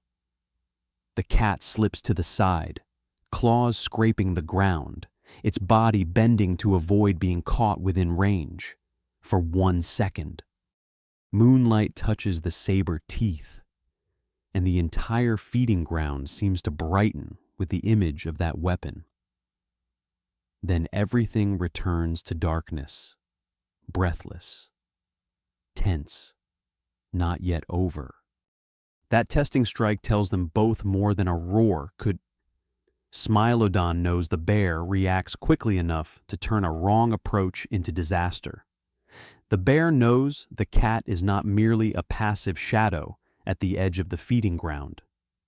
It can erupt very quickly over a short distance, approach from an angle, and cause injury if forced into the right situation. They do not need to reason like humans, but their bodies understand. And after that near contact, the distance between them seems clearer, close enough for danger, far enough for both to still choose. In the next moment, Smilodon stands at an angle, one forepaw slightly lifted, ears pressed close. The bear lowers its head, shoulders tensing, protecting the front of the carcass. The wolves remain still for a few seconds, then begin moving again. A scavenging bird lands too boldly in the distance, then rises immediately as the bear turns its head. Life around the death site does not stop, because two great creatures are facing off. It merely changes rhythm, waiting for an opening. This is the truth that makes the encounter so different from imagination. There is no stage reserved for heroes and monsters. There is only a crowded, disordered, cold, dark feeding ground, where every creature wants to leave with at least some gain and not too many wounds. Smilodon could try again, but every attempt raises the cost. Its body was not made to absorb repeated blows from a large bear. Its fangs are too precious to gamble in a carcass dispute with no certain victory. If it has already fed earlier, or if there may be another opportunity the following night, retreat may be the wiser choice. But if it has been hungry for many days, if its body needs energy, if hunts have been harder this season, its willingness to take risks may grow. That is what makes nature never fully predictable. Each creature is not only its species, it is also its age, health, experience, hunger, and recent failures. The bear is the same. A fuller bear may only need to threaten and take the easiest portion. A hungrier bear may be more aggressive, willing to drive every other creature far from the carcass. An old individual with a sore leg or tired body may not want to fight for long. A strong individual may use its power to claim the center of the feeding ground. We cannot know what kind of individual this imagined knight belongs to. We only know that its body is large enough to change every decision around it. When it lowers its head to eat, many creatures must wait. When it raises its head, many creatures must stand still. Then the wind changes direction once more. The smell of tar spreads more heavily across the ground. Perhaps nearby, beneath dust and trampled grass, an edge of asphalt is opening silently. The bear pauses for a moment, drawing a deep scent through its nose. Smilodon smells it too. The wolves circle a little farther away. No one needs to understand it clearly, but every creature that has lived long in this landscape can learn that some ground should not be trusted. This adds another layer of danger to the confrontation. Not only teeth and claws, not only strength and speed. The ground itself is taking part, silent, impartial, unhurried. Smilodon now takes another step back. It is not running. It is not losing in the way humans often imagine. It retreats like a predator that knows how to preserve its body for another opportunity. Its eyes remain on the bear. Its shoulders stay low. If the bear turns away too long, if a portion of the carcass opens at a safe edge, it may return, but it does not need to turn this night into its last battle. The bear holds the center of the feeding ground and lowers its head again. But it is not fully at ease either. It eats while alert, raising its head after a few bites, drawing in the wind, watching the shadows moving around the edge. Its victory, if we can call it victory, is not killing Smilodon. Victory is only feeding first, for a few minutes, within a dangerous circle that has not yet dissolved. Smilodon gradually fades into the grass shadows, not entirely far away, but far enough to no longer be an immediate threat. The bear continues feeding.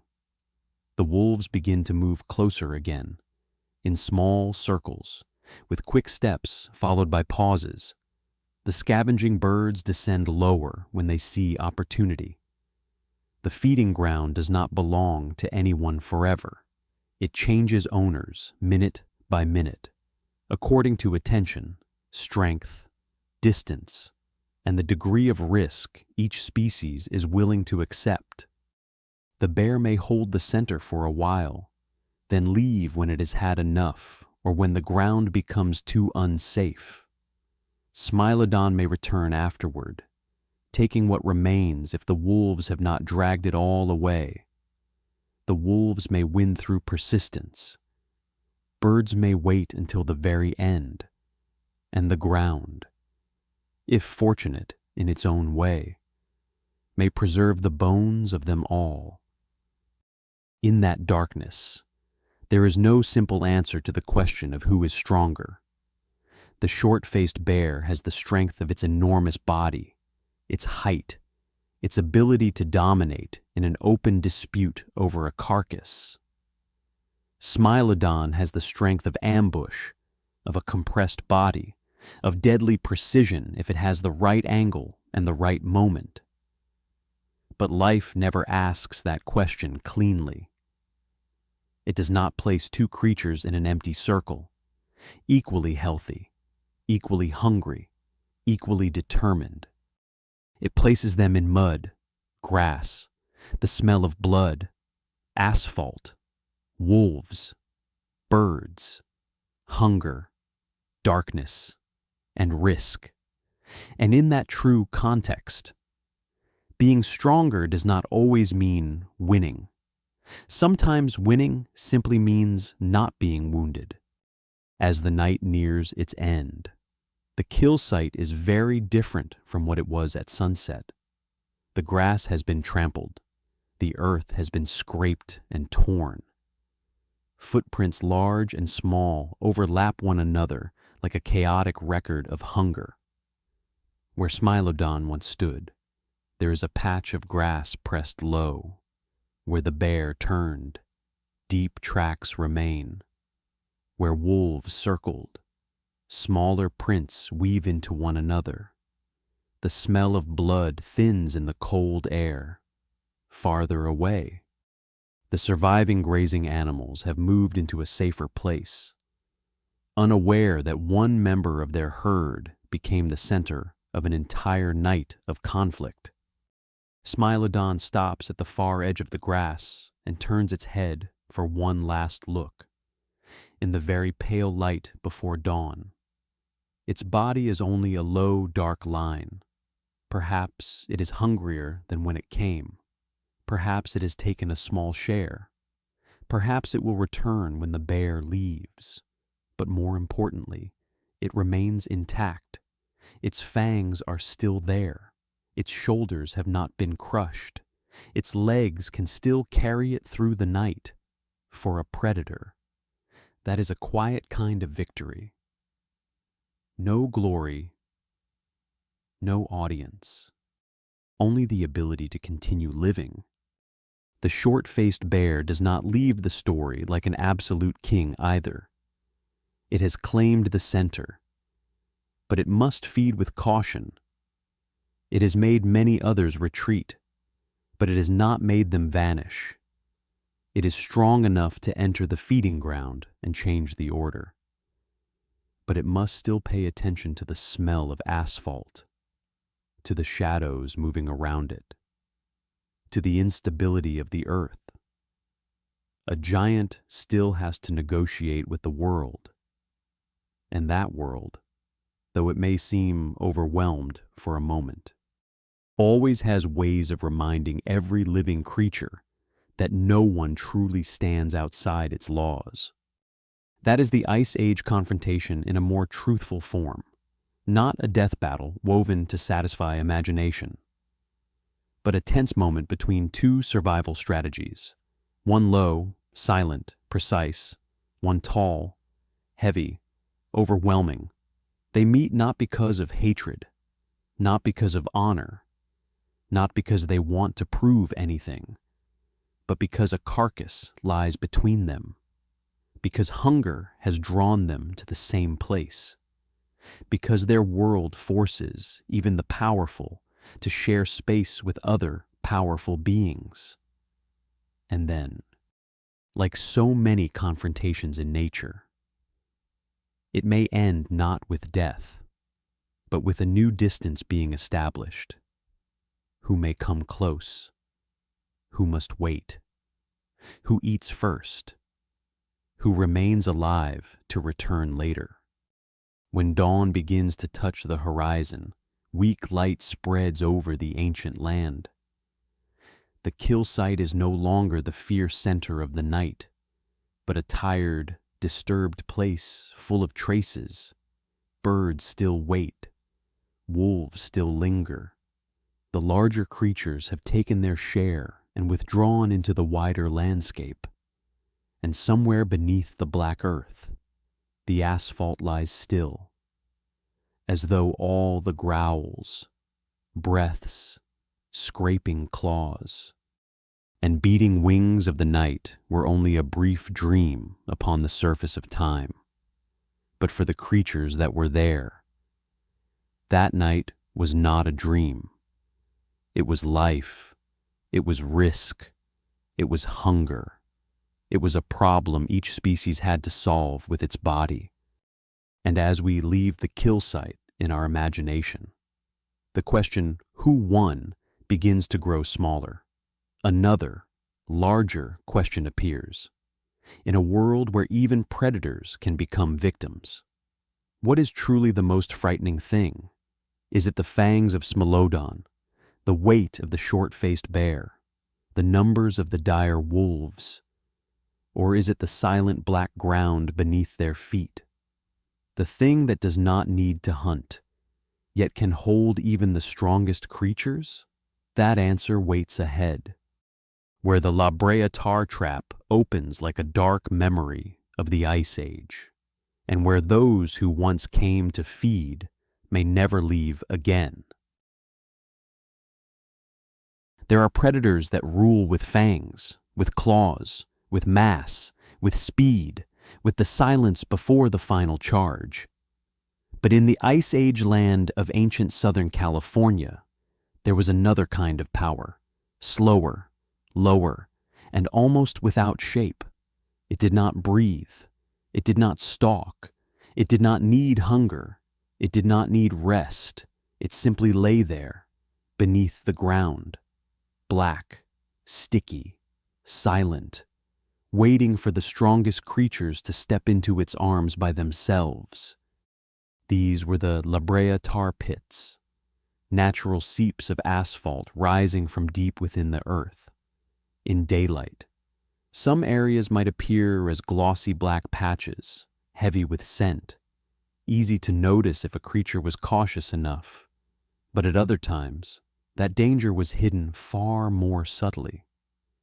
A thin layer of dust could cover the surface. Dry leaves could gather over it. Rainwater could settle into a shallow film, reflecting the sky and making it look like an ordinary pool of water. Low grass could grow near the edge, blurring the boundary between safe ground and dead ground so completely that a single wrong step could change everything. Imagine a cold afternoon, when the wind has begun to shift and the grazing herds are moving across the lowlands.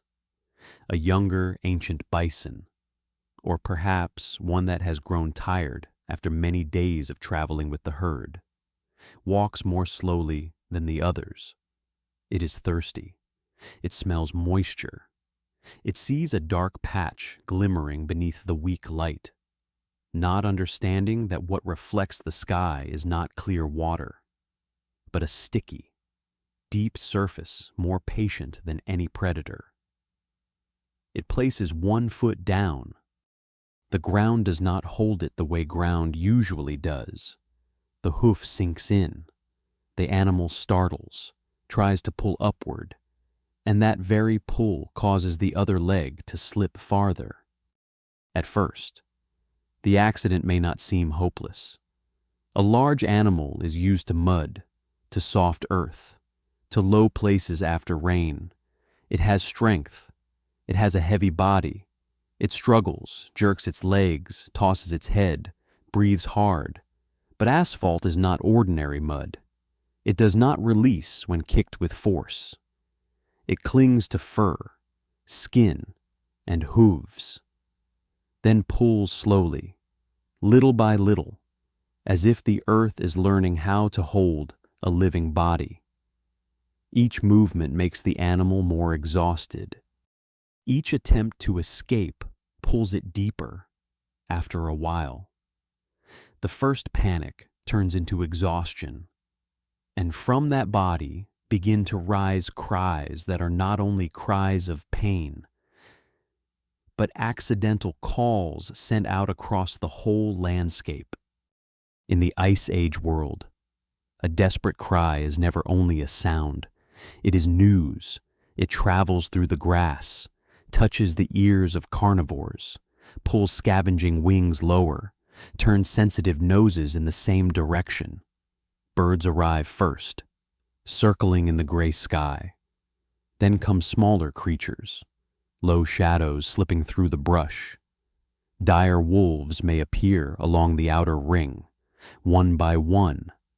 Then, as a group moving around the ground like dark water, Smilodon may arrive later, quieter, lower, reading the scent in the wind before revealing its body. And if the smell is strong enough, if the carcass is large enough, even a giant short-faced bear may cross the grassland to find its way there. This is the particular cruelty of Brea. The trap does not catch only one animal. It captures the attention of the world around it. A trapped animal becomes the center of a circle of hunger. Predators do not come because they are foolish. They come because nature forces them to care about food. A large carcass is a precious opportunity. A living animal that can no longer run is a rare thing. In a landscape where energy decides survival, ignoring such a source of meat is also a risk. And so, each creature is drawn in by the very instinct that helped its ancestors survive through countless generations. But at Brea, that instinct can betray them. A wolf moves too close, its forepaw touching the soft edge of the asphalt. It steps back, but the black substance has already clung to its fur and claws. It pulls harder. Another leg slips in. The whole group grows agitated, some barking, some circling, unable to understand why one of their own has suddenly become trapped in a place that had looked like ordinary ground. A scavenging bird lands on a spot that seems safe, then realizes its feet no longer lift as easily as before. A small creature struggles harder and becomes stuck more deeply. And when new sounds of panic rise, they continue calling others in. The tar pit does not need to choose its prey. It does not distinguish between young and adult, herbivore and carnivore, hunter and hunted. In its darkness, every body is only weight, movement, and matter that can be held. This makes it more frightening than fangs or claws. A Smilodon can avoid a bear. A wolf can retreat from a large cat. A bison can run from a sound in the grass. But how can a creature flee from the ground? If the very ground beneath its feet is no longer something it can trust. Across thousands of years, these traps did what no predator could do. They preserved an entire world, not in memory, because no human stood there to record it, not in oral stories, because those creatures vanished before our words could ever reach them. They were preserved in asphalt, in the dark brown-black stain that seeped into bone, in sediment layers that time laid over them like a heavy blanket.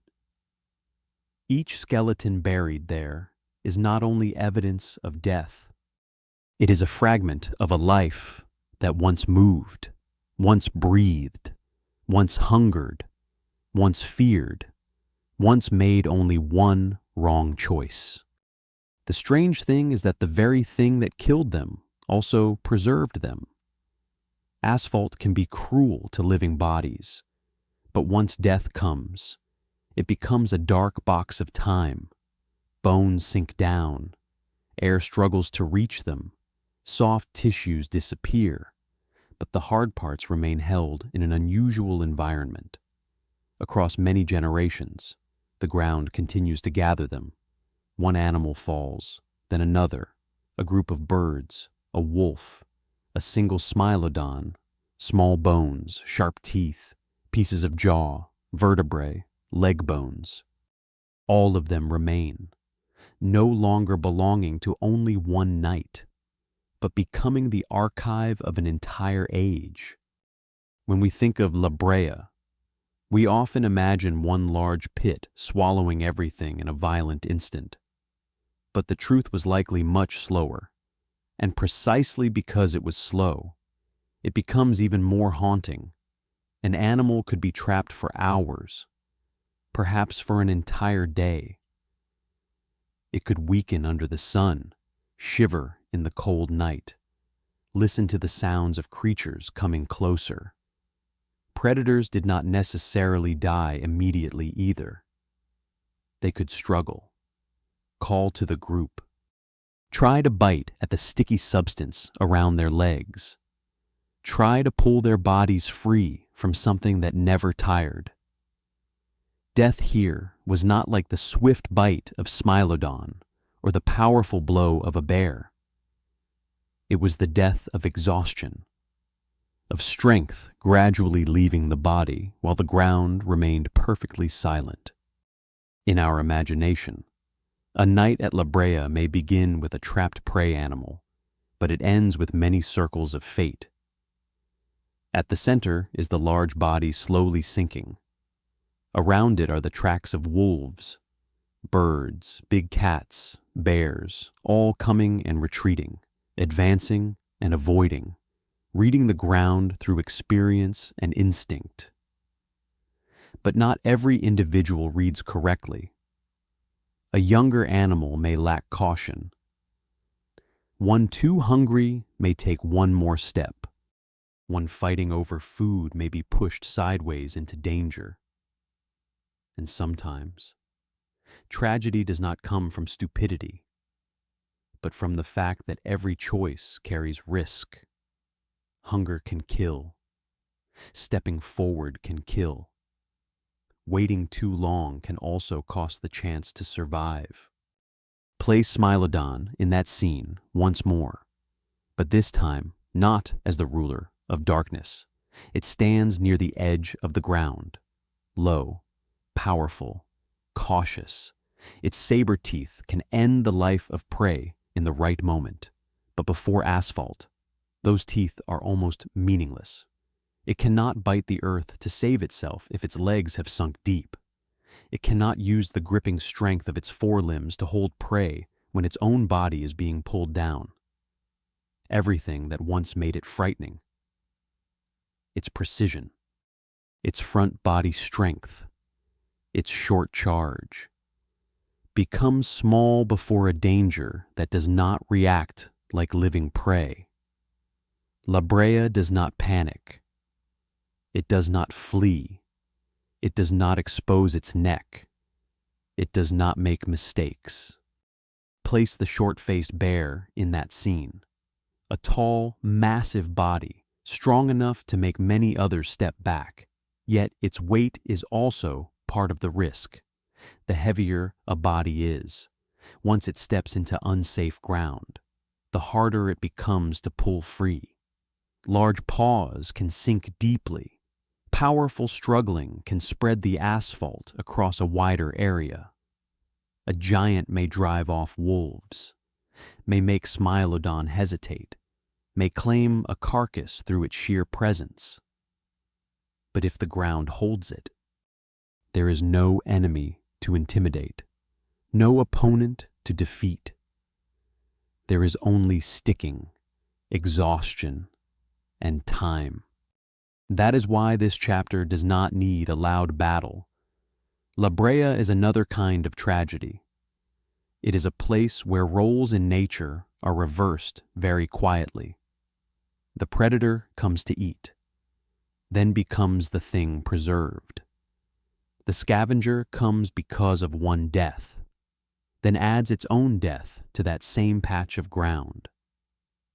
The strongest animal in the area can become powerless because of a few steps into soft earth. A creature that once made entire herds tremble may end not beneath the fangs of an opponent, but under a sticky black layer with no will of its own. In that story, strength does not vanish, but it is placed within limits, and those limits are what make nature feel true. When dawn rises over a trapped ground, the world can look strangely peaceful again. Mist covers the grass, birds sit quietly on branches, the living animals have gone far away. The black ground remains there, sometimes with a few slow bubbles rising and breaking gently on the surface, like the breath of something very old. No one looking at that scene could know everything that happened in the night, not with the naked eye alone, but beneath the tar, beneath the soil, beneath the layers of time not yet turned over. Bones begin to settle into their place in geological memory. One individual, then many individuals, one season, then many seasons, one generation, then many generations. Many thousands of years later, when humans arrive and begin digging into those dark layers, what appears is not a simple story, not one species, not one death, but an entire community of creatures that once lived beside one another in a rich and dangerous ecosystem. From those pieces of bone, people can know that this place once held large grazing animals, powerful predators, scavenging birds, and smaller creatures that might otherwise have seemed easy for time to erase. Brea is like a black doorway opening into the Ice Age. But that doorway was not created for humans to pass through. It was created by death, by asphalt, by chance, and by tens of thousands of years of quiet preservation. For tonight's listener, perhaps the most memorable thing is not the number of fossils, nor the scientific names of each species. What stays with us is the feeling that a world once vanished still left its handprint in the earth. Smilodon once moved through the grass. Short-faced bears once crossed the plains. Ancient bison herds once gathered beneath the mist. Dire wolves once circled carcasses. All of them seem to have drifted forever, away from the present. But at Brea, part of them still remains, darkened, heavy with the scent of asphalt, silent, yet not completely mute.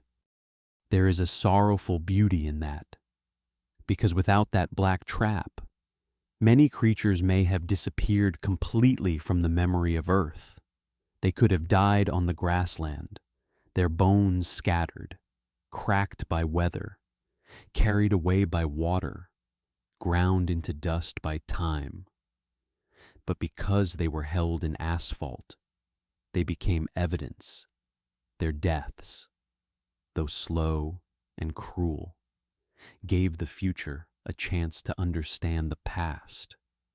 Because of those traps, we do not speak of the Ice Age only as a distant legend. We can look at real bones, real teeth, real traces, and know that those creatures once lived on the same planet as us. But in a bedtime voice, we do not need to stand too long inside the exhibition hall. We can return once more to the ancient grassland. Night has fallen. A pool of asphalt lies still beneath dust and moonlight, far away.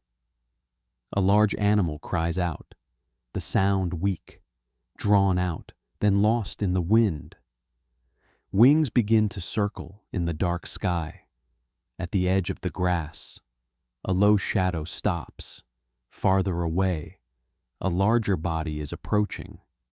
None of them knows that this place will preserve their traces longer than any roar, any charge, any meal, or any cold season. Brea does not need to win any battle. It only needs to exist. It only needs to lie there through day and night, through the rainy season and the dry season, through herds arriving and leaving, through predators being born and growing old. It swallows not with the mouth, but with the ground. It kills not with hatred, but with adhesion. And it remembers not with a mind, but with bone. In that world, Smilodon may be the fear of prey. The short-faced bear may be the fear of many other predators. But the Brea tar pit is something else entirely. The fear of everything that has weight, everything that needs to walk, everything that can make only one mistake. After all the heavy breaths in the darkness, after the deep footprints pressed into the cold ground, after the kill sites that drew in scavenging birds, dire wolves, Smilodon, and the short-faced bear, the Ice Age world continued to turn as it had turned for thousands of years. Dawn still rose over the grasslands. Mist still rested on the low grass. Herds still moved across the wide land, searching for water, searching for grass, searching for safe places for their young. Predators still listened to the wind, read scents in the air, and chose the right moment to step out of the darkness. The tar pit still lay silent, black and deep, continuing to preserve fragments of bone for a future no one yet knew. If we had stood there on a morning 20,000 years ago, perhaps we would have felt that this world would last forever. But no world stands still forever. Even the ages that seem most magnificent are only a stage in the long current of Earth. Ice can thicken, then thin, climate can grow colder, then warmer, grasslands can expand, then be replaced by shrubs, open woodlands, drier regions, or other landscapes. Water sources can change their paths, rainy seasons can become shorter, dry seasons can last longer. And when these things happen slowly, across many generations, the creatures living within that world may not realize that the ground beneath their lives is changing. They only know that this year, there is less grass in the old place. This year, the herds must travel farther. This year, carcasses are encountered less often. This year, hunger arrives earlier. For smaller species, change can sometimes be easier to bear. They require less food, reproduce more quickly, and adapt more flexibly to new pockets of habitat. But for the giants of the Ice Age, every shift carried greater weight. A large body needed a great deal of energy. A large herd needed broad grasslands. A large predator needed prey that was abundant enough, frequent enough, and accessible enough to sustain its strength. When that foundation began to tremble, no creature, no matter how long its fangs or how great its claws, could stand outside the consequences. Smilodon needed a world rich in large grazing animals. The short-faced bear needed a landscape abundant enough to feed its enormous body and its opportunistic way of life. Dire wolves needed prey, carcasses, packs, and space, mammoths, ancient camels, native horses, ancient bison, and many others needed plants, water, seasons, and migration paths. All of them were connected by invisible threads. When one thread breaks, the whole web trembles. Perhaps the first signs were not dramatic at all. not a sky suddenly turning red, not an entire grassland vanishing in a single night, but small changes so subtle they could only be felt after many seasons. A herd of grazing animals returning to familiar land and finding that the grass had grown differently, a water source drying earlier than before, a more difficult breeding season, young animals weaker because their mothers had less food, older individuals unable to keep pace with the herd when the journeys became longer, carcasses appearing in new places, but less regularly, predators forced to travel farther to find opportunity. A Smilodon waiting longer at the edge of the brush, a short-faced bear following scent farther across dry grassland, a pack of wolves splitting in more directions, trying more places, failing more often. Extinction rarely feels like a door slamming shut in front of every living creature at once. More often, it feels like a room slowly growing colder, darker, emptier, until the species that need the most no longer have enough to continue. For an individual animal, death is a moment, but for a species, death is absence repeated across generations. Fewer young survive. Fewer adults find one another. Fewer suitable places remain. Fewer favorable seasons arrive. Then one day, there are no longer enough footsteps to form a herd, no longer enough calls to find each other across wide ground, no longer enough chances for a species to keep writing its story. Smilodon. Once the silent darkness at the edge of the grassland, could not escape that dependence either. Its saber teeth were a masterpiece of evolution within a certain kind of world. A world with large prey, short ambushes, moments that required gripping strength and a precise killing bite. But when large prey declined, when landscapes changed, when familiar hunting grounds could no longer support the same density of life as before, its perfect weapon may have slowly become less sufficient. Not because Smilodon was weak, not because it suddenly forgot how to hunt, but because no predator is stronger than its food source. When the foundation of the meal disappears, every fang becomes lonely. Imagine an older Smilodon at the end of a difficult dry season. It still moves low through the grass. Its shoulders are still powerful, but slower than before. It still knows how to read the wind, still knows how to choose the darkness, still knows how to wait beside the paths of prey. But fewer herds pass this way now. The strong adults travel in more cautious groups. The weak may have died elsewhere or been found first by other hunters. Each failed hunt takes away a measure of strength. Each hungry day makes the body lighter in a dangerous way. In such a world, Smilodon does not need a stronger enemy in order to disappear. It only needs a world less suited to the very hunting style that once made it successful. The short-faced bear was the same.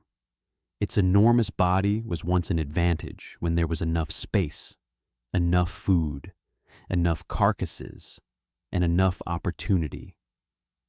A large bear could travel far, could make others withdraw from a carcass, could make use of many different sources of energy. But great size always comes with great need. When food becomes more scattered, when large prey becomes rarer, when the landscape changes, every farther step carries a cost.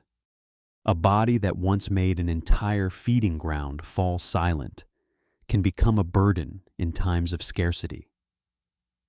It is still strong, but strength does not create grass. Strength does not keep herds in place. Strength does not bring an old season back. There may have been final days that no one recognized as final. A short-faced bear crossing open ground, leaving deep footprints in mud. It does not know that the footprints of its kind will grow increasingly rare across the continent. A Smilodon standing beside the brush at dusk, watching a grazing herd in the distance. It does not know that saber-toothed cats like itself are entering the last chapter of a long history. A pack of dire wolves gathering beside a carcass, fighting over food, growling, moving through the darkness. They do not know that one day, their footsteps too will vanish from North America. No species lives with the awareness that it has become the symbol of an age about to end. They only live their day, their hunger, their season. That is what makes their disappearance even more sorrowful. There was no farewell, no ceremony, no final moment recorded in full. Only the gradual thinning of traces. One last skeleton left somewhere. One last footprint erased by rain. One last call dissolved into the wind with no answer from another of its kind. Then silence. Not silence for a day, but silence stretching across thousands of years, until humans dug into the earth and realized that another world had once existed directly beneath their feet. And humans also entered that story, but not as a simple answer. The end of the Ice Age was a complex time, when many factors may have overlapped: warming climate, shifting landscapes, changing vegetation, wildfires spreading more widely in some regions, hunting pressure from humans, and cascading decline within ecological networks. There may not have been a single cause sufficient to explain every disappearance. Nature does not usually end an age with one blade alone. It ends with many forces pulling together, each one weakening a part of the system, until the largest, most specialized, and most demanding species no longer have enough room to remain. What matters is not to turn this story into a simple accusation, nor to soften it as though everything were merely a normal change. The late Pleistocene was a period of great upheaval. Many large mammals disappeared within a relatively short span when measured on a geological scale. For each species, that disappearance may have followed its own path. But for us, as listeners, what is worth remembering is that the web changed. When the great herds declined, large predators lost their foundation of life. When vegetation changed, grazing animals had to change their paths, their food, their ways of surviving. When fire and climate made the landscape different from before, the places that once nourished an entire world no longer kept their old form. And when humans appeared with intelligence, tools, cooperation, and the ability to hunt from a distance, they became a new part of an already strained equation. Let us return to Brea during those final stages. The tar pits still seep upward, but the world around them is no longer quite the same. Some species still come. Some footprints still press into the earth. Birds still circle.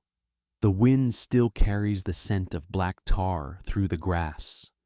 But over time, the great cast of Ice Age characters begins to change. The skeletons left behind in the asphalt become like an uneven record of the absence drawing near. At first, there are many footsteps, then fewer. At first, many large species share the landscape.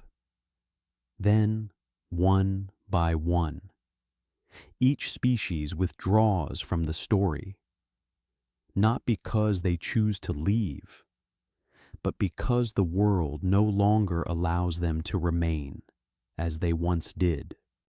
There is a very quiet truth inside museums. Bones make no sound. They lie still behind glass, beneath white lights, labeled with scientific names, arranged into skeletons, explained by plaques. But if we look long enough, we can begin to feel that behind that silence are countless lost sounds.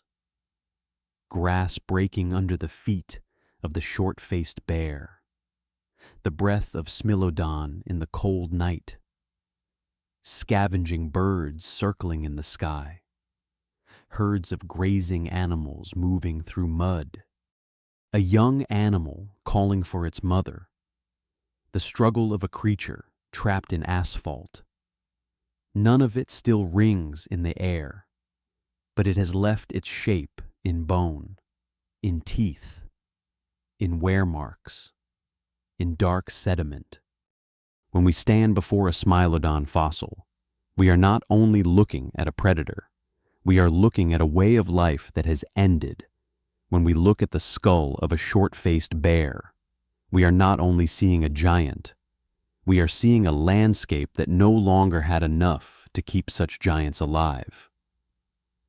When we look at fragments of mammoth bone, ancient horse, ancient camel, ancient bison, we are seeing the very foundation of a food world that once supported great predators.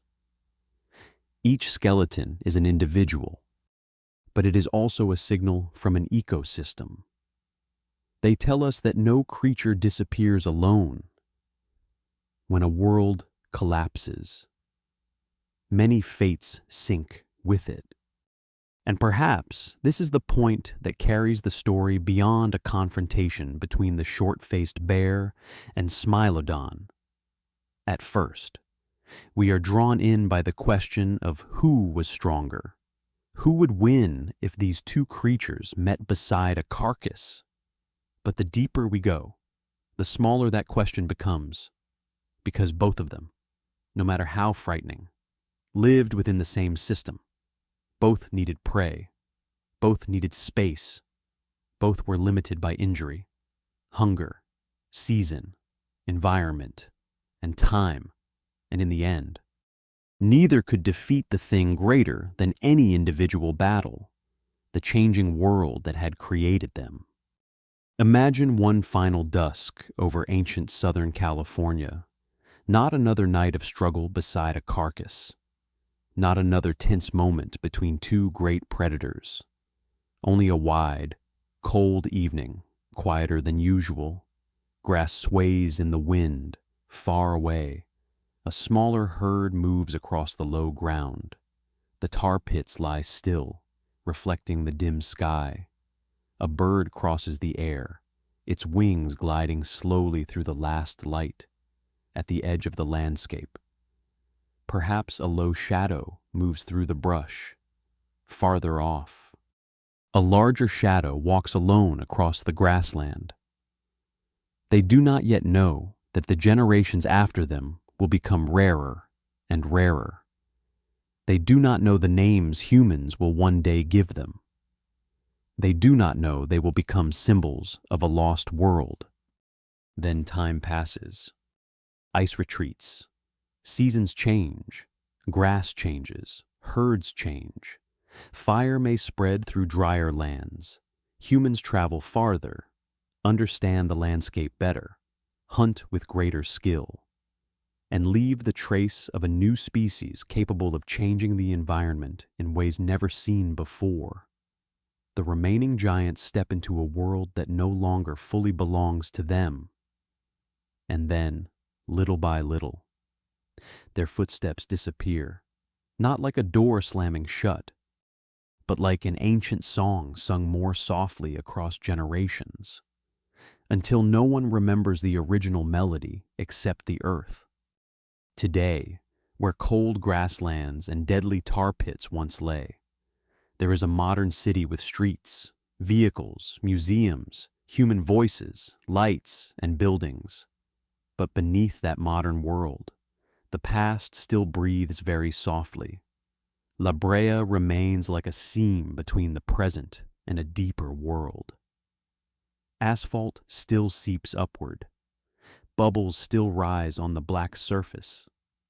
Scientists still find bone fragments, small traces, new questions, and each time a fossil is lifted from the darkness, a very small part of the Ice Age touches the light again. Perhaps that is why we still tell stories like this before sleep, not only because ancient creatures were so large, so strange, and so frightening, but because they remind us that the world is always more fragile than it appears. An ecosystem may seem stable for thousands of years, then change. A species may dominate a landscape, then vanish. An evolutionary weapon may be perfect in one age, then no longer enough in the next. Life does not stand above time. It moves with time, endures time, and sometimes is left behind by time. Smilodon no longer walks through the grass at dusk. The short-faced bear no longer leaves deep footprints in the damp soil of North America. Dire wolves no longer gather around kill sites. The ancient herds have vanished or transformed into other forms within the long story of evolution. But in our imagination, thanks to bone, thanks to earth, thanks to science, and thanks to carefully told stories, they can pass through once more, not to become monsters, not to be turned into distorted legends, but to be seen as real creatures that once lived in a real world, with their own beauty, fear, strength, and fragility. And as this final chapter closes, we can return to the present a little more slowly. Outside, perhaps the night is quiet, or the city still glows, or your room holds only the soft sound of breathing and gentle darkness around the bed. But somewhere deep beneath the layers of time, the story of the Ice Age still remains, a Smilodon in the shadowed grass, a short-faced bear under the moon, a cold kill site, a black tar pit, a vast world that once lived with immense force, then vanished very slowly. And now, as the cold grasslands of the Ice Age slowly sink into darkness within our imagination, the story of the short-faced bear and Smilodon also gently comes to its end. We have traveled through a world 20,000 years away from us, where the earth still bore the tracks of giant herds, where the night wind moved through low grass, where a single carcass could silently draw in an entire kingdom of predators. We have seen Smilodon not merely as a fearsome symbol with long saber teeth, but as a real creature, powerful, cautious, patient, and also vulnerable.